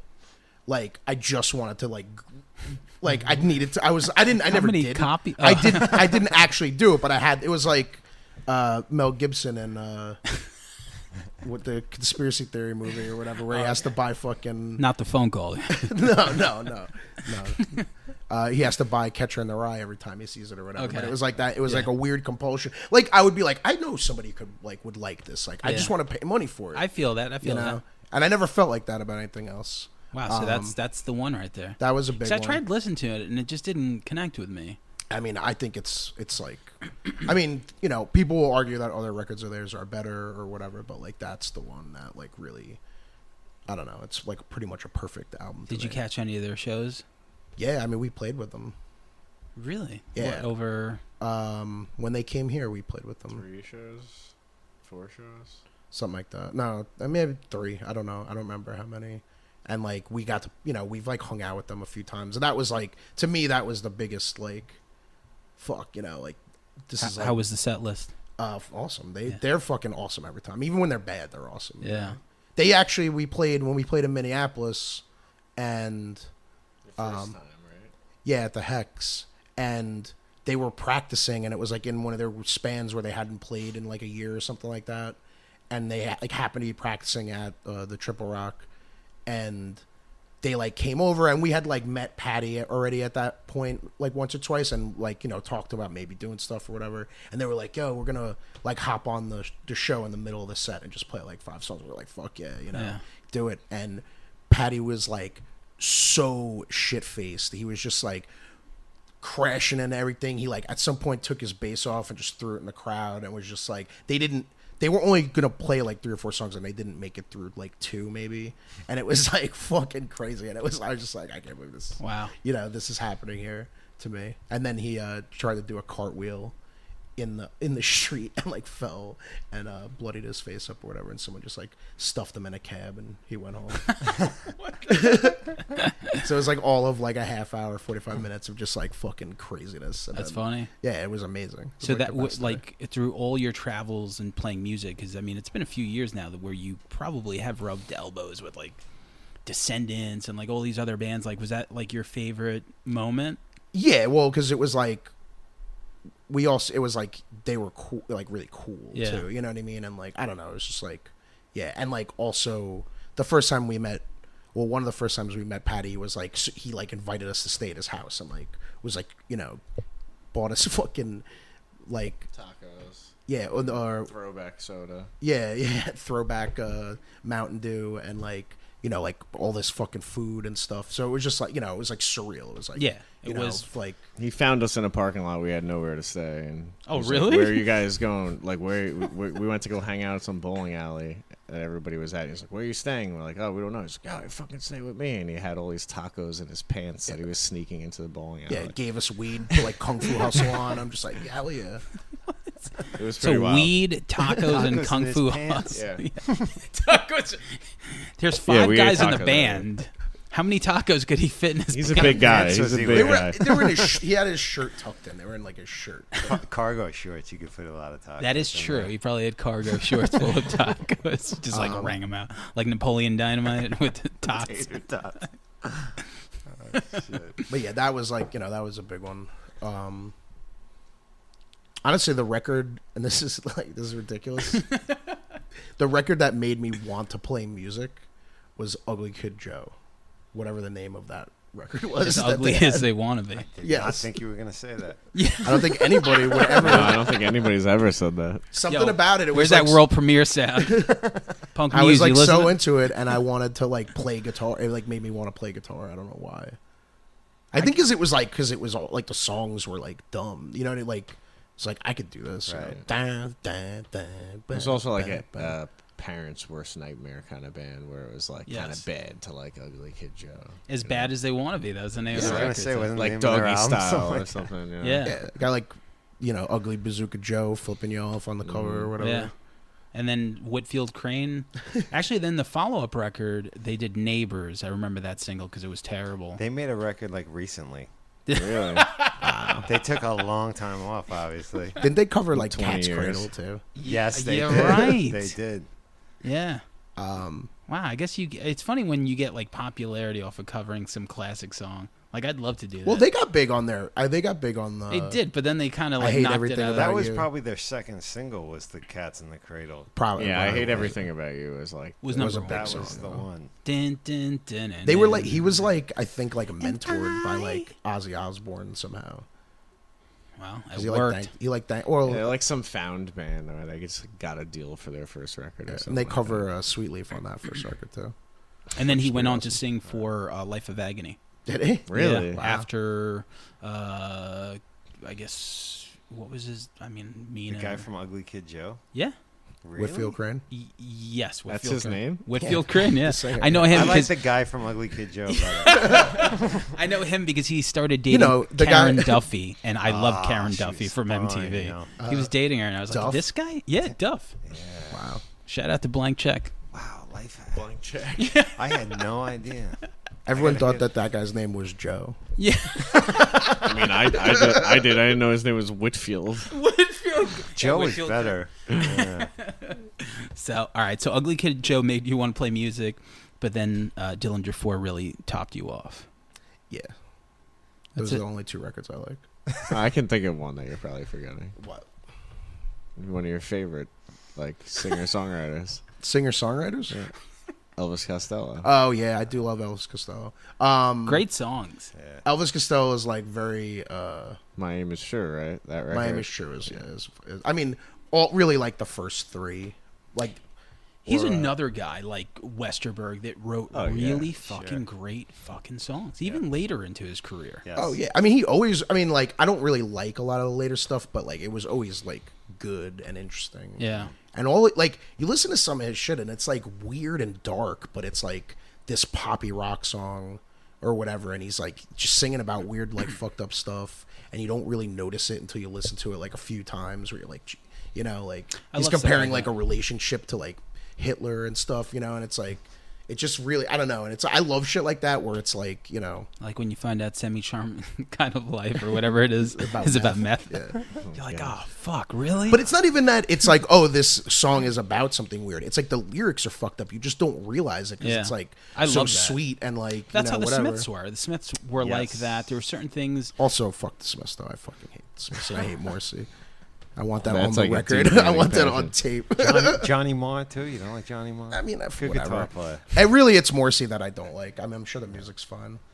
They get that. He a gets lot. if I put Alright. I can't. And he's a fucking racist and like fuck him. I like just you know like It's like the one thing I can't play in the van. Like no. I can, Smith. I'll I rip can the play fucking like radio trap out. music and shit. And Yeah. like, they get down with it. We'll play Mask Off and get down or whatever. But as soon as the Smiths comes on, shut that shit off. So Yeah. speaking No, I don't speaking like of trap music, lately, like Mike and I have been trading back and forth with like hip hop stuff because we're really super big hip hop fans. So is Brian.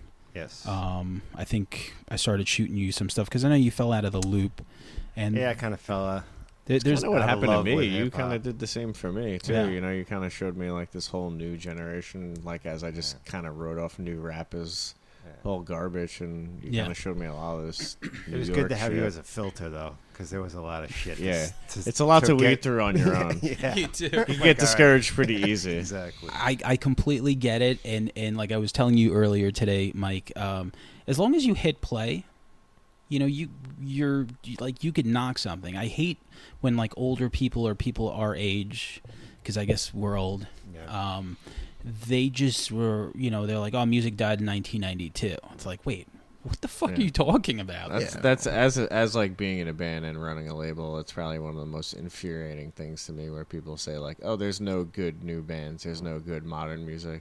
There's no good new punk, Yeah. or whatever it is." You know, it's the most bullshit cop out excuse for being you know, disconnected. also because of the fact there's so much music that That's there what is it straight is. up a band playing whatever the fuck dumb thing that you think is better than modern music right now anyway. They're There's playing more- something that sounds just like it. I So got- you can't even on that level say you're right. there's I no think it's a music, little you know? daunting to some people. Well, I too, think 'cause people- there's more stuff out there and available Yeah. that where it used to just be kind of presented to you Sure. a little It's- bit, it's and now sensory you have to overload. put in some work. You have to put in You know some what I mean? work, but It's also saturated. saturated. something. It's You- saturated. Yeah. Anybody can can make their own music and put it on the internet now. It's so easy. So Exactly. there is more music now than there ever was. I'd argue. It's you know? easier to be heard, but it's just harder to be heard. If it's important to you, you'll find it. You will. It's out there. But, And you know. so, like, for certain things, like if he'll post something, like I really started getting into Ty Segala once you started posting it, because I'm like, I always hear it and I like it, and then like you'll play a video and I'm like, fuck, I'm like, this is really good. So there's always people who will post something that I'm like, okay, like You'll hit play. yeah, I'll hit play. Like anything that you release, like the Toms, fucking great. Yeah, I'm great listening new to that band. stuff. Great new band. And like the melodies just hit you right away, and I'm like, this is like extra good, you know. So that's why with hip hop, like I just never lost touch with that. Same thing with thrash, you know, certain things I just never lost touch with. But the new crop, once like Action Bronson started coming around, Joey Badass, like the whole pro era, like loaf music. I think When's that album coming out? I don't know, Jesus. but they do have that one on Bandcamp though. Holy shit, though. But Pro Era released that mixtape, and then like Joey Badass's mixtape 1999 is flawless. Oh yeah. Like it sounds like not even 1999. It sounds like 1994. Yeah. You know, it sounds like complete just stuff that we would like. But then he also hates, because I hear it, you know, to be called a 90s hip hop dude. So I feel like with this new record, he was just like, I'm going to go do something else because I'm not a, you know, like a 90s revivalist. Sure. Well, that's what I feel like Devastated was. It was like his take on modern hip hop, and he crushed it. He was like, I can take this easy song that's just the hook repeats over and over, more than a verse, and it's got a modern beat and stuff, but it's really fucking good. That's great. He can really do anything. He really can. Because if you're talented like he is, you can take that avenue where someone, you know, like, you know, not to knock like who's that Little Yachty, like, right. Listen, he is appealing to someone, you know, and like Clearly. Someone, yeah. I don't get it. I don't know that person. I don't get it, but it's just weird because I can't tell that person that this dude doesn't mean something. But I don't think I'm his target audience. Yeah. I don't get it, but it's not made for me. It's somebody else enjoys it. Who the hell am I to It's say like anything? it's dance music. It's just like, you know, it's just sounds. It's not like, to me, I don't know. Yeah, music has evolved into so much crossbreeding of stuff. You know, these are the same shows where kids are mosh pitting and slam dancing at trap shows. You know what I mean? Like, have colored hair and shit that we would get beat up for when we were kids. It you is. know? It's Yeah, they do have like that very flashy style now for like a lot of those younger, like you know, those younger hip hop shows. I don't think like the complexity of the rhymes are as important though to some. It's not. It's You know like what I mean? And it's just that's it's like what another makes instrument. Me It's just like, sad a little bit about it, and because like if you take some of the, not all of them, but like the MCs that are, you know, doing well commercially and whatever, and that aren't that bad and stuff. If they came out in the mid '90s, they would be like a blip on the radar compared to some of the shit that was. Yes, you know what I mean. But still, when it's you different. you look at the top sellers, though, Kendrick Lamar is a lyricist. Yes. Well, J. that's what I'm Cole saying. There is a are guys, lyricist. but Jake, like these are the people. Even Drake, when he wants to be, he's a lyricist. Yeah. he's a lyricist. But I think he gets his audience. He knows who his audience really is, and every now and then he'll shoot out like a lyricism song. But like he's not making millions of dollars off of hip hop heads. You It's know? like modern. yeah, because he's writing like pop songs. It's Yeah, pop. he's writing pop I was songs. just gonna say it's like modern pop, And like that's it's how when we talk about modern country, same thing. It's like somehow these people repackaged pop music and threw a banjo in there, and they're like, okay, this is now country music. But when you listen to modern country, you're like, this doesn't even sound like country. A lot of modern country is straight up pop punk songs with clean guitars and twangy vocals. That's it. And like a lap steel or something. Maybe. Yeah, with like a shot of patriotism. on a flag somewhere. There. A flag somewhere, and that's what it is. And I think a lot of those people are like, they'll look at like the commercial hip hop left, and they'll be like, fucking Rap hate is those garbage kids. now, yeah. Hate those kids.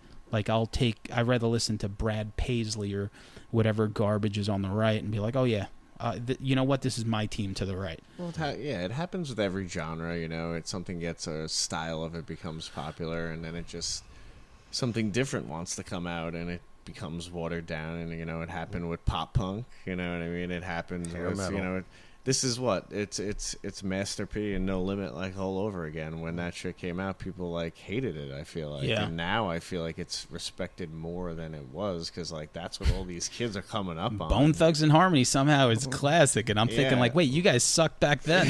How dare you? But now people romanticize like Bone Thugs. It all comes in waves like that. You know what I mean? Yeah. I mean, look how. Nirvana basically killed off like all those '80s hair bands overnight. You know what I mean? But there's a revival of that era of rock and roll. Like people, there's just it's all cyclical. Look what happened after grunge. We got like your Nickelbacks and your Creeds. Like you always get the watered down bullshit. The Jarl bands. Now we're back to the grunge part of the cycle where everybody wants to be a grunge band. I just read that they're making a grunge musical for Broadway. Oh, really? That's when you get it. I was like waiting for like the joke face. But no, the joke face ain't coming. No, it's a sad face. But it was bound to happen. I don't know if it's Singles the musical or if it's whatever, but they are gonna, that's what happens though. When you hit the musical stage, it's like the ultimate evolution of lameness. Like I think it's all hit Broadway at some point. Metal, punk. I guess. Green I don't know. Green Day was on got Broadway. The Who on Broadway too. That's pretty cool. But But there's something to be said about because I'm sure if whoever has those things in their CD player or iPod or whatever it is, I think it's safe to say the rest of their music is just kind of like this like top of the crust, like like it's like now that's what I call music volume 800 and shit, Yeah. So, all right, so to finish up here. Let's talk real quick. Like I asked you to make a list of like 5 movies that have stuck with you, because as we sit here, I'm looking at all these like everything from Garbage Pail Kids to the awesome zombie Fulci movie, a lot of like Italian gore stuff, even The Devil's Reject. So like movies definitely have a huge part in your life. Do you remember when like you started being fascinated with horror? Probably just the same way like every kid from my era or around my age, just seeing those fucking VHS boxes in the video store that just intrigued me so much. Shops, like that 80s, 90s, early 90s horror, like those VHS boxes, like sometimes were better than the movie. You know what I mean? Like, and that really got me. I remember going to Video City up the road here and just renting horror movies that I shouldn't be watching and watching them in the dark. I've always loved movies. I'm not a big regular like movie guy. Like I watch movies all the time, but I mean 90% of the movies I watch are definitely horror movies. But yeah, I've been like heavily obsessed for a solid decade now. Yeah, I think in those mom and pop shops, like that's like you would walk by and like the bigger the case, like you see like Gorgon Video on it, and like all these like you just. It was like a fucking art, man. Like how they used to sell those tapes with that artwork. Like it was cool. That was like a very important part of that. They do it now. There's like retro throwback like VHS. Yes, we had Mark Schoenbach, who runs a company. Well, it's just Sadist Art Designs, and he makes these like retro posters, and he kills it. He did beautiful. If you've ever seen the cover for Beyond the Gates, which is on Netflix, right? So he does like what you do for shirts and all this other shit. He does these retro 70s and 80s flavored posters, and they just make you want to watch the movie regardless of what it is. Absolutely. Yeah. So it definitely like total big bucks VHS style. Yeah, that's the shit. I used to have a rule when getting tapes, if like there was no scenes on the back, I wouldn't rent it because it was almost guaranteed to be bad. No scenes in the back. Like still shots from the movie. If there was no actual still, if the only thing you got a point that there. You could see just text. was a painting or like an illustration. And nothing from the actual movie. Because on the really gory movies, they would show you like the kill scenes. Yeah, there was usually like three or four or one or whatever, like, shot on the back of something from the actual You're movie. saying we couldn't even produce one good freeze frame Yeah, still. exactly. Yeah, right. You're You not can't getting get- my Yeah. 299 or whatever it was. You can't get my one. I mean, it took a while. I got burned quite a few times before. Well, that's how it is with horror fans, especially now with like Netflix and certain movies. You just take a chance on these movies because everything sounds good. Everything's like, when you describe a horror movie, it just sounds great, and then you watch it, and you got to dig through a lot of shit to find I that like gem. to think people as savvy as us with horror, though. Like, you can tell almost sometimes. I used to never bail on a movie, but Yeah. now with like streaming, Like, just from the cover sometimes. If you see, like, a red box or something like that, I'm like, I know that's going to suck. There's no a, thought put there's a onto it weird anymore. difference It's not. between when a movie's bad now and when it was bad in the 80s or like There's the a 70s. charm to because, it when it was bad. Yeah, I mean, it was like a bad movie. Like, they still had they needed like cameras and film, and like Yeah. somebody was putting at least some kind of money into it. So It's like, more of an effort. yes, there now was it's a like CGI terrible. or even or even just like the cameras are too nice, and like everything's it just, I don't know, it's just bad. It's I not agree. like fun. I It agree. doesn't have the charm like of those kind of flicks that you could still enjoy yeah. that aren't like perfect movies, but part of it maybe is nostalgia because I watched it when I was a kid or something like that. But it's almost like if they go for camp now, it's like intentional, like Sharknado. Sharknado. Exactly. Fuck Sharknado. It's like we're purposely making this like Yeah. wink, wink, whatever the Yeah. fuck. No, it has to happen by accident. yeah. This guy has to think he's making something great great, horror and it's, movie, yeah, it has to be Troll 2. Yeah, It has to be God, the yeah. Italian director. Yeah. I'm so forgiving with those 80s movies. I can watch like even 70s movies, the pure garbage horror, and like love it. And like, I'm so biased with modern horror, I don't really watch it, unless someone like Sam or someone like You're my Verge filter or for that too. someone I know Yeah. is like, you have to watch this movie, this one. I'm very like biased about it. I told you about The Void. You watched The Yeah. Void, I right? did watch The Void. Did you watch The Void? I didn't see it yet, but a couple people have told me about it, so I It's definitely good. want to It's my favorite horror movie of the year, and it's just like, what do you think of it? I thought like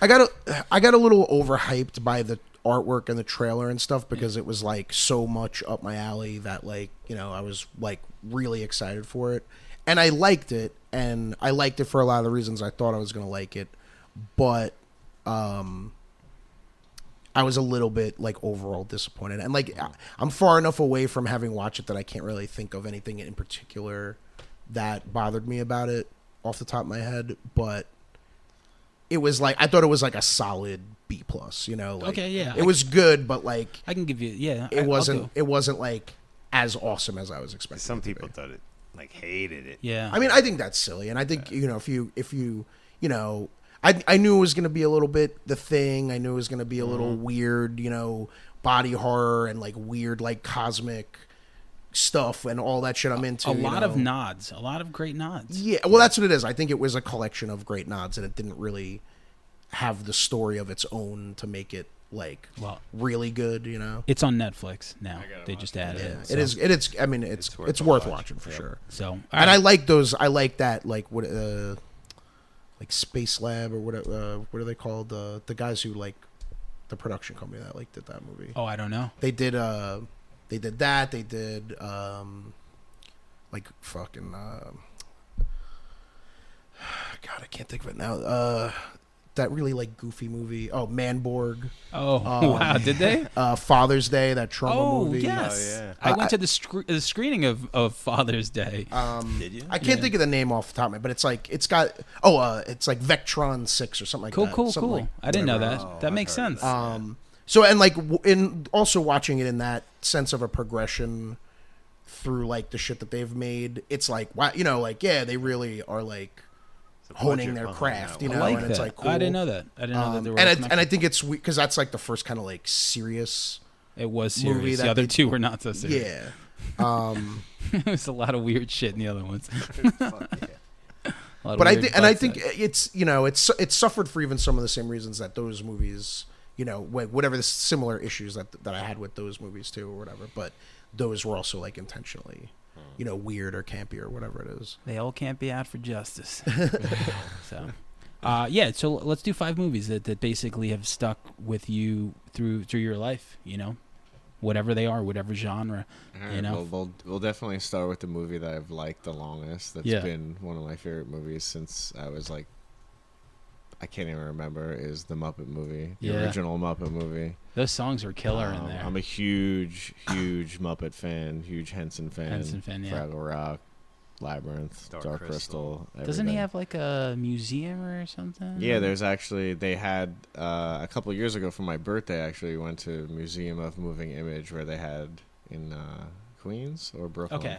And they had the Henson exhibit and it was traveling, and now it actually just permanently moved there. Okay, so I gotta go there. Permanent. Yeah, and they had a lot of original puppets, shit from the movies. It was really cool. But yeah, the Muppet movie is.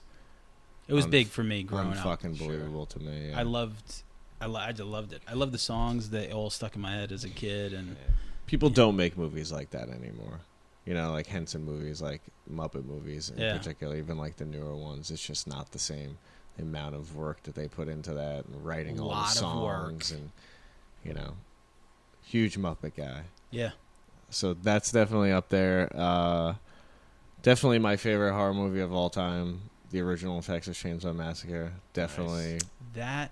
Those are my two probably top favorite movies ever. Those weird mix, Muppet movie and Texas Chainsaw Massacre, but like so gritty. Like it looked like a documentary. Grittiest. Right? Yeah. It fucked with you so bad. You think there's so much blood in it. There's so many scenes you think you see it happen and you don't. It's just the two biggest are the clonk on the head, the hook and the hook when he slams that fucking door. Because it looks like so vicious, angry, like the intent is terrible. Some people will swear that you see her go up on the hook and you don't. You know, I think they used like a pint of blood in the entire movie. Yeah. It was like nothing. You know, just a puddle on the floor. I wonder if the hitchhiker really did cut himself though. I think I listened to the director commentary, but I know I did, but it was a long time ago. I can't remember that part. I remember the cast talking about how hot and it was like horrible torturous, it was, and how bad it smelled from all the the animal bones and the food and the rotted whatever the fuck in the Texas sun. Yeah, I remember reading about the making of that movie. It's just like a nightmare. And like they probably got paid like nothing. Yeah. Work like 15-hour days in the hot fucking. Franklin deserved it though. Everybody was rooting for Franklin to die. We all know he might be one of the most hated. When you talk about hated characters in horror movies, he's absolutely top 5. He's up there for everybody. Yeah. Him and I'll always say the stuttering kid from Halloween 5. Like, he could not die fast enough. Just Jamie. All right, what else we got? All right, I guess if we continue with horror, he's totally reading out the posters. I'm thinking, but I'd say the movie that got me into like a really big into giallo movies and Fulci in particular, Argento, a bunch of them, but Zombie was like the first Italian movie I saw that kicked my fucking ass. Fuck yeah. Best zombie movie of all time, I think, and best looking zombies, amazing special effects. Also, super low budget movie, really interesting story how they made it. Eye gore. Yeah, it's crazy. The splinter in the eye. Fucking zombie fighting a shark, yo. Yeah. Totally real shark too. Yeah, they sedated it, right? The girls were definitely not the ugliest. No, all those movies, 70s babes in all those movies, definitely. Zombie, that zombie on the cover though, that's the best. Yeah, that although someone pointed out to me, what was it, that they didn't have enough to cover. Somebody on the horror nerd group ruined this poster for me. They didn't have enough to make his shoulders. Some shit. No, every time I see it, I notice. I met shoulder. that guy actually. It's a dead bag. Oh, I thought he was wearing like a shirt. Nah, I don't know what that is. Somebody Maybe totally ruined it for me. Cool. He's not wearing a shirt. He's not wearing a white shirt. I don't think so. I don't know. Coolest looking zombies, definitely. Yeah, he's up there with Tarman. Those are Tarman is probably the best zombie. two. Totally. Yeah. I mean, Tarman is easily one of the best. Yeah, I like the flannel dude from Dawn of the Dead too. The Oh, guy yeah. that walks in there. Flyboy, yeah. Red flannel. Yeah, he's sick too. Harry Krishna zombie too. Yeah. Is he the one that does he get his head chopped off with the No. helicopter? Or? That's that Frankenstein looking Oh, yeah, motherfucker. yeah, yeah. His his head's so humongous, you're like, you know that shit's gonna get. It's got like bolts in his neck. I always right? feel like my head's humongous. Every time I look in the mirror. It's not get chopped off by a helicopter. Not yet. Humongous. Not yet. I haven't been by a helicopter in a while. So. And he climbed up on that crate. He was just asking for it. Yeah, Fucking- he's like, but, yeah.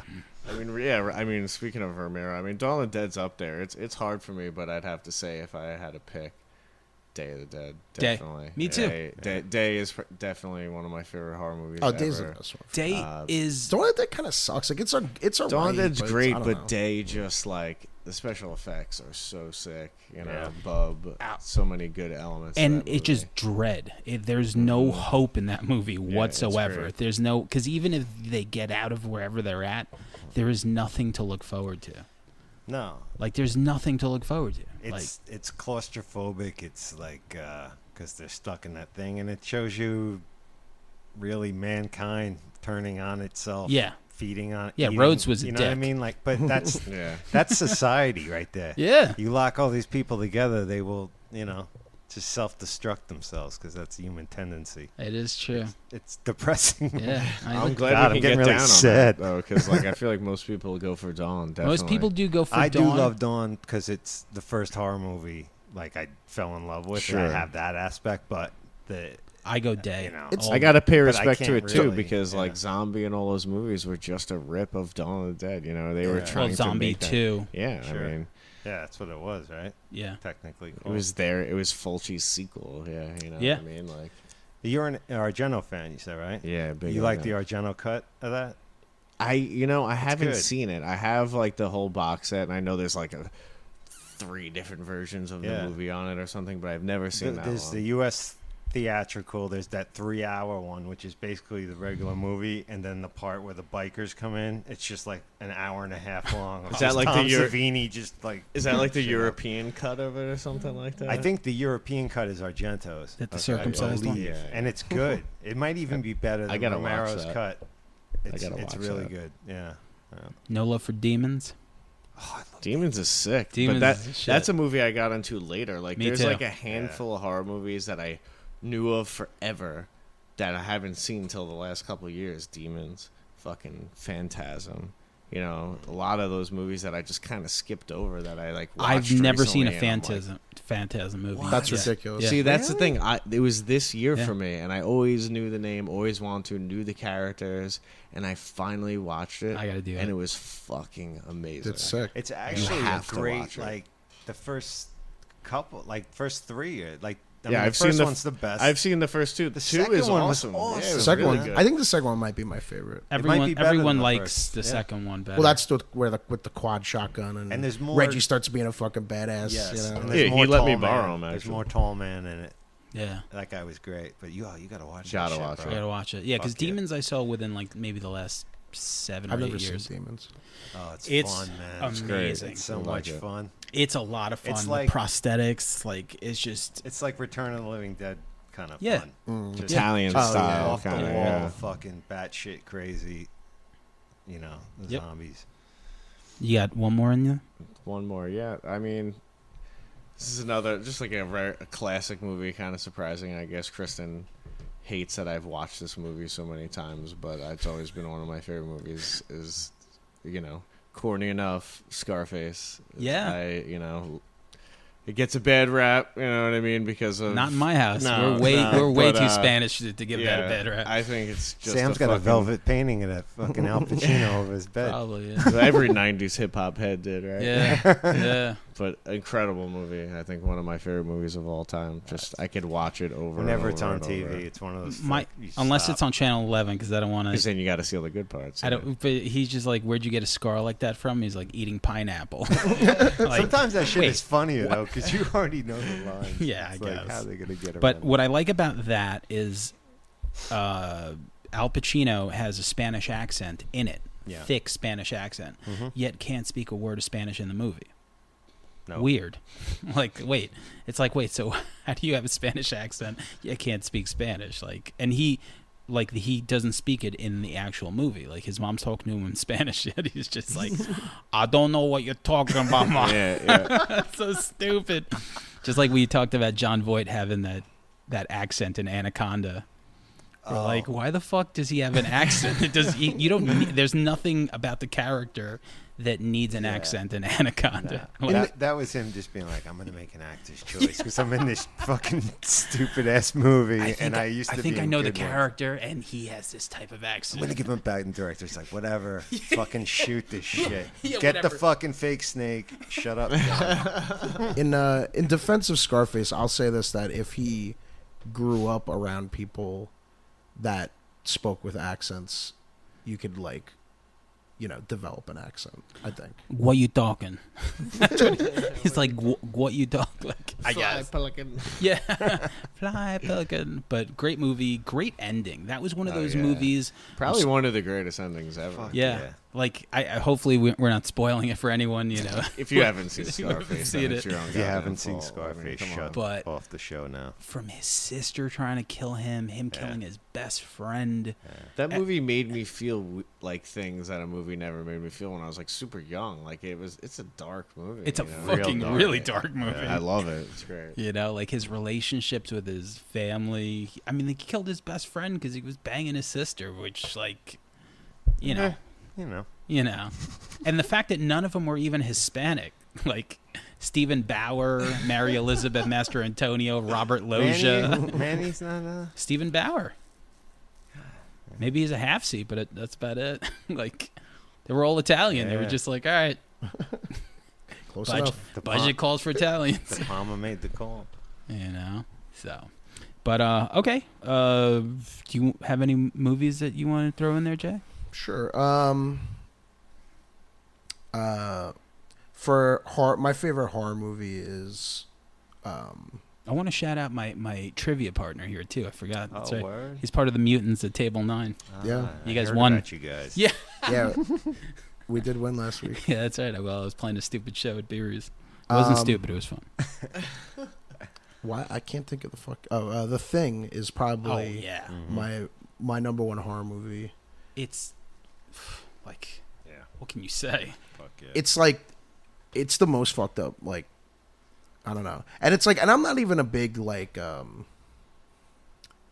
know, I'm fine with CGI for the most part. You know, I mean, yeah, sometimes it sucks, but like, you know, I don't freak out about there being a lot of CGI, but like nothing will ever look as like good or That defibrillator scene. yeah, that's like like who you never like the first time we watched that, and I was probably like fucking 10, I don't know, you know what I mean? And I'm just like, what the fuck is happening? Like this, you never even think of the body, like it's not even like a hole that was already there. Like created a new hole, made teeth in it, bit the guy's arms off, then his head rips off and turns into a fucking spider and runs away upside down. You know, all within the span of 5 fucking minutes. You know, and you're just like, what the fuck? You know, I don't know, it's great. It's the best, like, you know, it's got the craziest monsters you'll ever see in a movie. It's got fucking The whodunit. paranoia, Yeah, you the know, paranoia. isolation, It's fucking almost like Day of the Dead. Same kind of like Yeah. It's like isolated. everyone's looking at each other. hopelessness. yeah, and to the, you know, to the very end, and you still don't, you know, really know. No. Yeah. So it's great. My all-time favorite movies are a time. Midnight Madness. I used to love Midnight Mass. I did love Fag of that. Beefy. Beefy. My all-time favorite movies are Ghostbusters and Goodfellas. That's like my tie. Goodfellas it. is my favorite movie. It's of all hard to time. like. They're different, obviously. So it's like, Yeah. you know, they're number one for different reasons. But like, I could they, watch. Yeah. I couldn't tell you that one was, you know, better than the other. I could watch those anytime they're You know on. what I thought you were gonna say? What? Crank 2. Crank 2. You love that movie. High Voltage. Yeah. Crank 1 and 2 are the best movie that just gets better and better over the course. Like, if you just watch them back to back, it's like this movie I that love just gets Crank. more and haven't more seen them. amazing as it goes on, and then it just ends like 4 hours later. I love it. I think it was almost like the bridge from like the Guy Ritchie movies Right. to like what he became, Jason Statham. Likable guy, likable actor, and like the action in it is just ridiculous. And the actual just plot of the movie is so fucking absurd, but it works because once you buy into the absurdity, you're like, fuck it, I'm in for the ride. Oh yeah. No, I love that kind of like hyperkinetic, like. Did you like Hardcore Henry? I loved Hardcore Henry. I really liked Hardcore Henry. Like, it's got like the kind of dumb gimmick, but like, I think that's that scene where they're on the motorcycle coming up on the on like the caravan of vans or whatever, and they're just like he's just like chucking grenades and fucking shooting them and all that stuff. It's like probably one of the fucking like best filmed action scenes I've ever seen in a movie. I think it's like amazing. It's ridiculous. It's a lot. It's like the Raid. It's like Raid 1 and 2. Like the action is like. I made you watch that though. When's the Raid 3 coming out? Yeah. Oh. They kill people in that movie in almost every possible way. Yes. That you can I kill gotta see somebody. this. Oh, it's great. Like it's without even being. I mean, it is kind of gory. I mean, there's some pretty gory it's parts. very but, gory. Cool. Yeah, there's a lot of good kills in that movie. All right, Ghostbusters and Goodfellas, and that's it. Awesome. All right, cool, man. So this was a lot of fun. Yeah. Thanks to Thank you guys. the Dead Broke Records Thank you. and Iron Chic and Adult Magic and Wax Phantom and every other band that you guys do.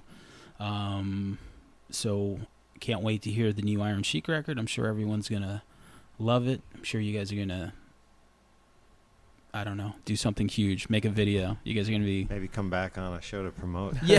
Something huge definitely. like that. You got yeah, totally. Once we get 200 listeners instead of actually Close. no, yeah, We're over that, aren't we? I think Some- so. on Yeah, occasion. people like listen to our show, which is weird. So Yeah. I like it, but I think it's only our friends. So. But still, that's still None fun. of my friends are listening, so Alright. they're yours. All right, mine and Parker's. Then. So, It was a lot of fun, man. yeah, thank you, Yeah, thank you guys for absolutely. doing it, Having us. Thank you. and that's it. We'll check out the record and fucking that's it. Cool.